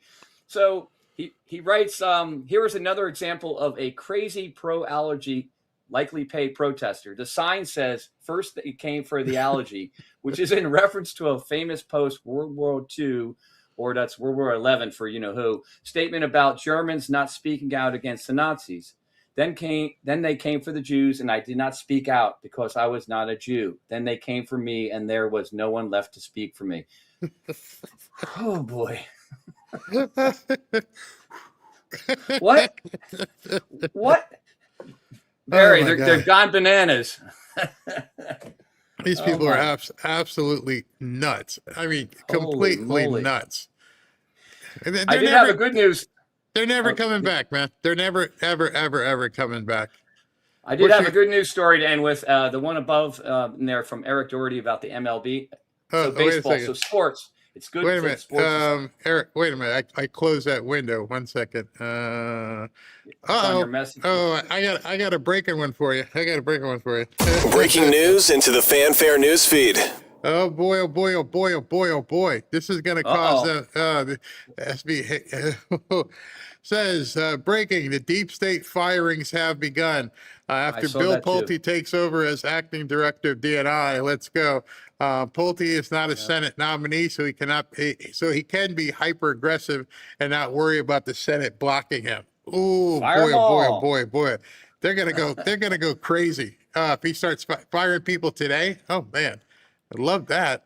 Okay, so you said you had one more. Is this about the baseball players? Baseball? Yeah. So I'm sure a few people have heard the story about some of the Giants players were wearing a Bible verse on their they had pride caps, so they decided not to do it, and so apparently the MLB has backed off. They declined to fine those players. They were neither fined nor disciplined, nor will they ever be. So basically, the MLB admits they screwed up.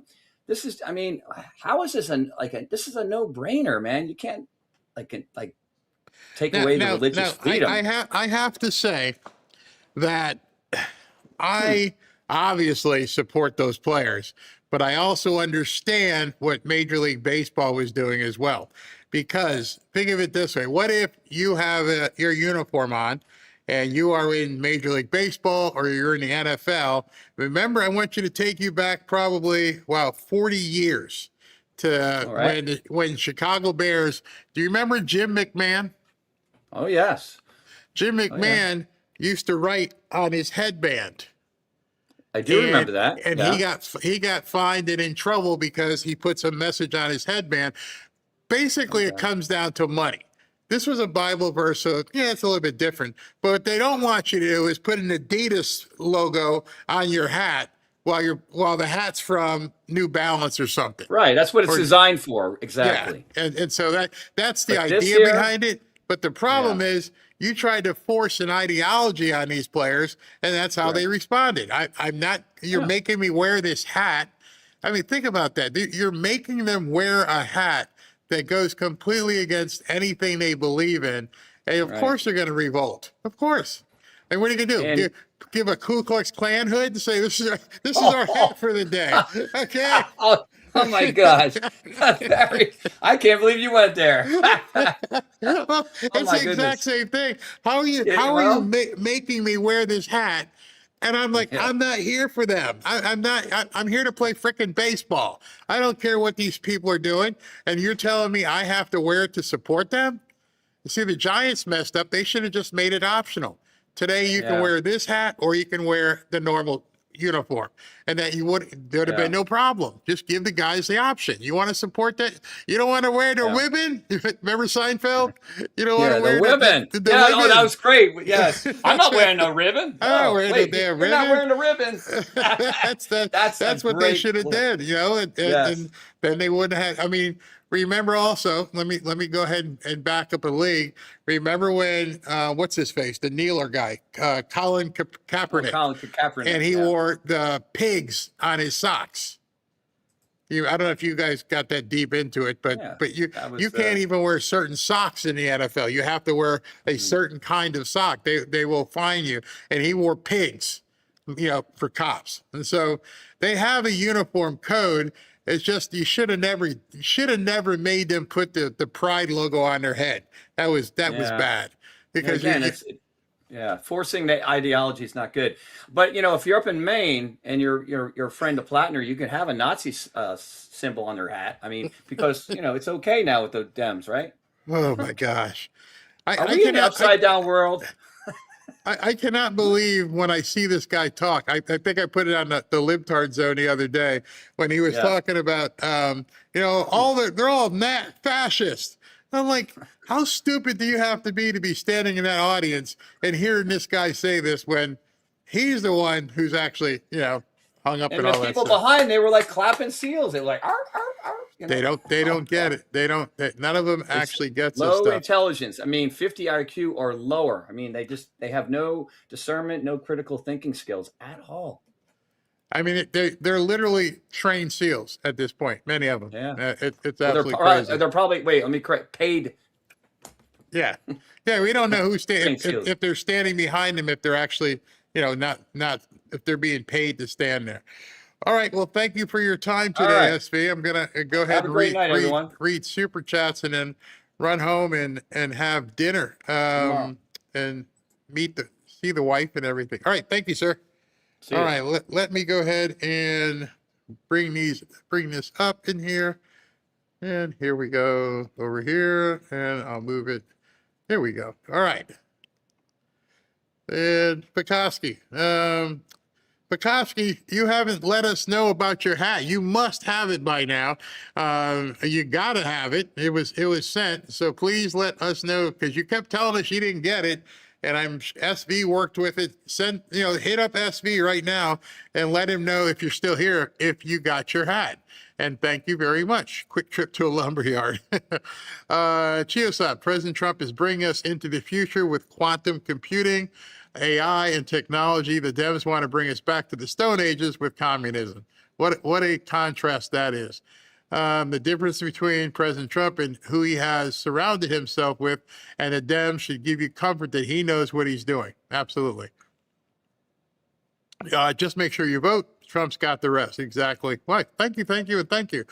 Town Hall reporting that Trump administration has recovered over $5 billion from the fraudsters in 2 months. Wow.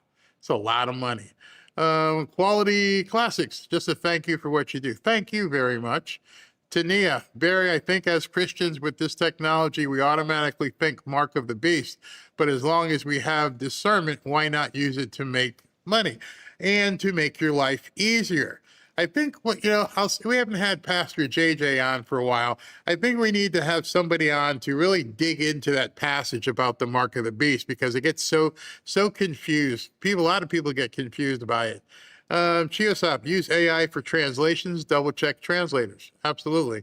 G. Fisher, thank you for taking the fog out of the fake news. We appreciate it. Remember, watch out for that dust and who gets that stuff. That's going to be very important. G. Fisher, I thought SCOTUS already told these lower courts months ago to FAFO. I thought so too, but they just keep doing it, so maybe it just makes it easier to swat them away. Buddy Sanders, investigation for Wilcana. No way, it's legal. He pissed off the wrong person, because now I understand that Elon is calling for him to be arrested. Chiosop, people are coming for World Cup. Can't believe what our lifestyle is like. Abundance, prosperity, and lifestyle. The commies here can't appreciate it. Oh, they can. They just want you to pay for it. See, that's the other thing.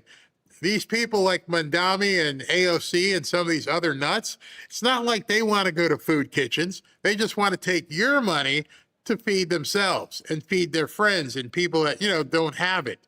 They make no mistake, they want the comfort of America.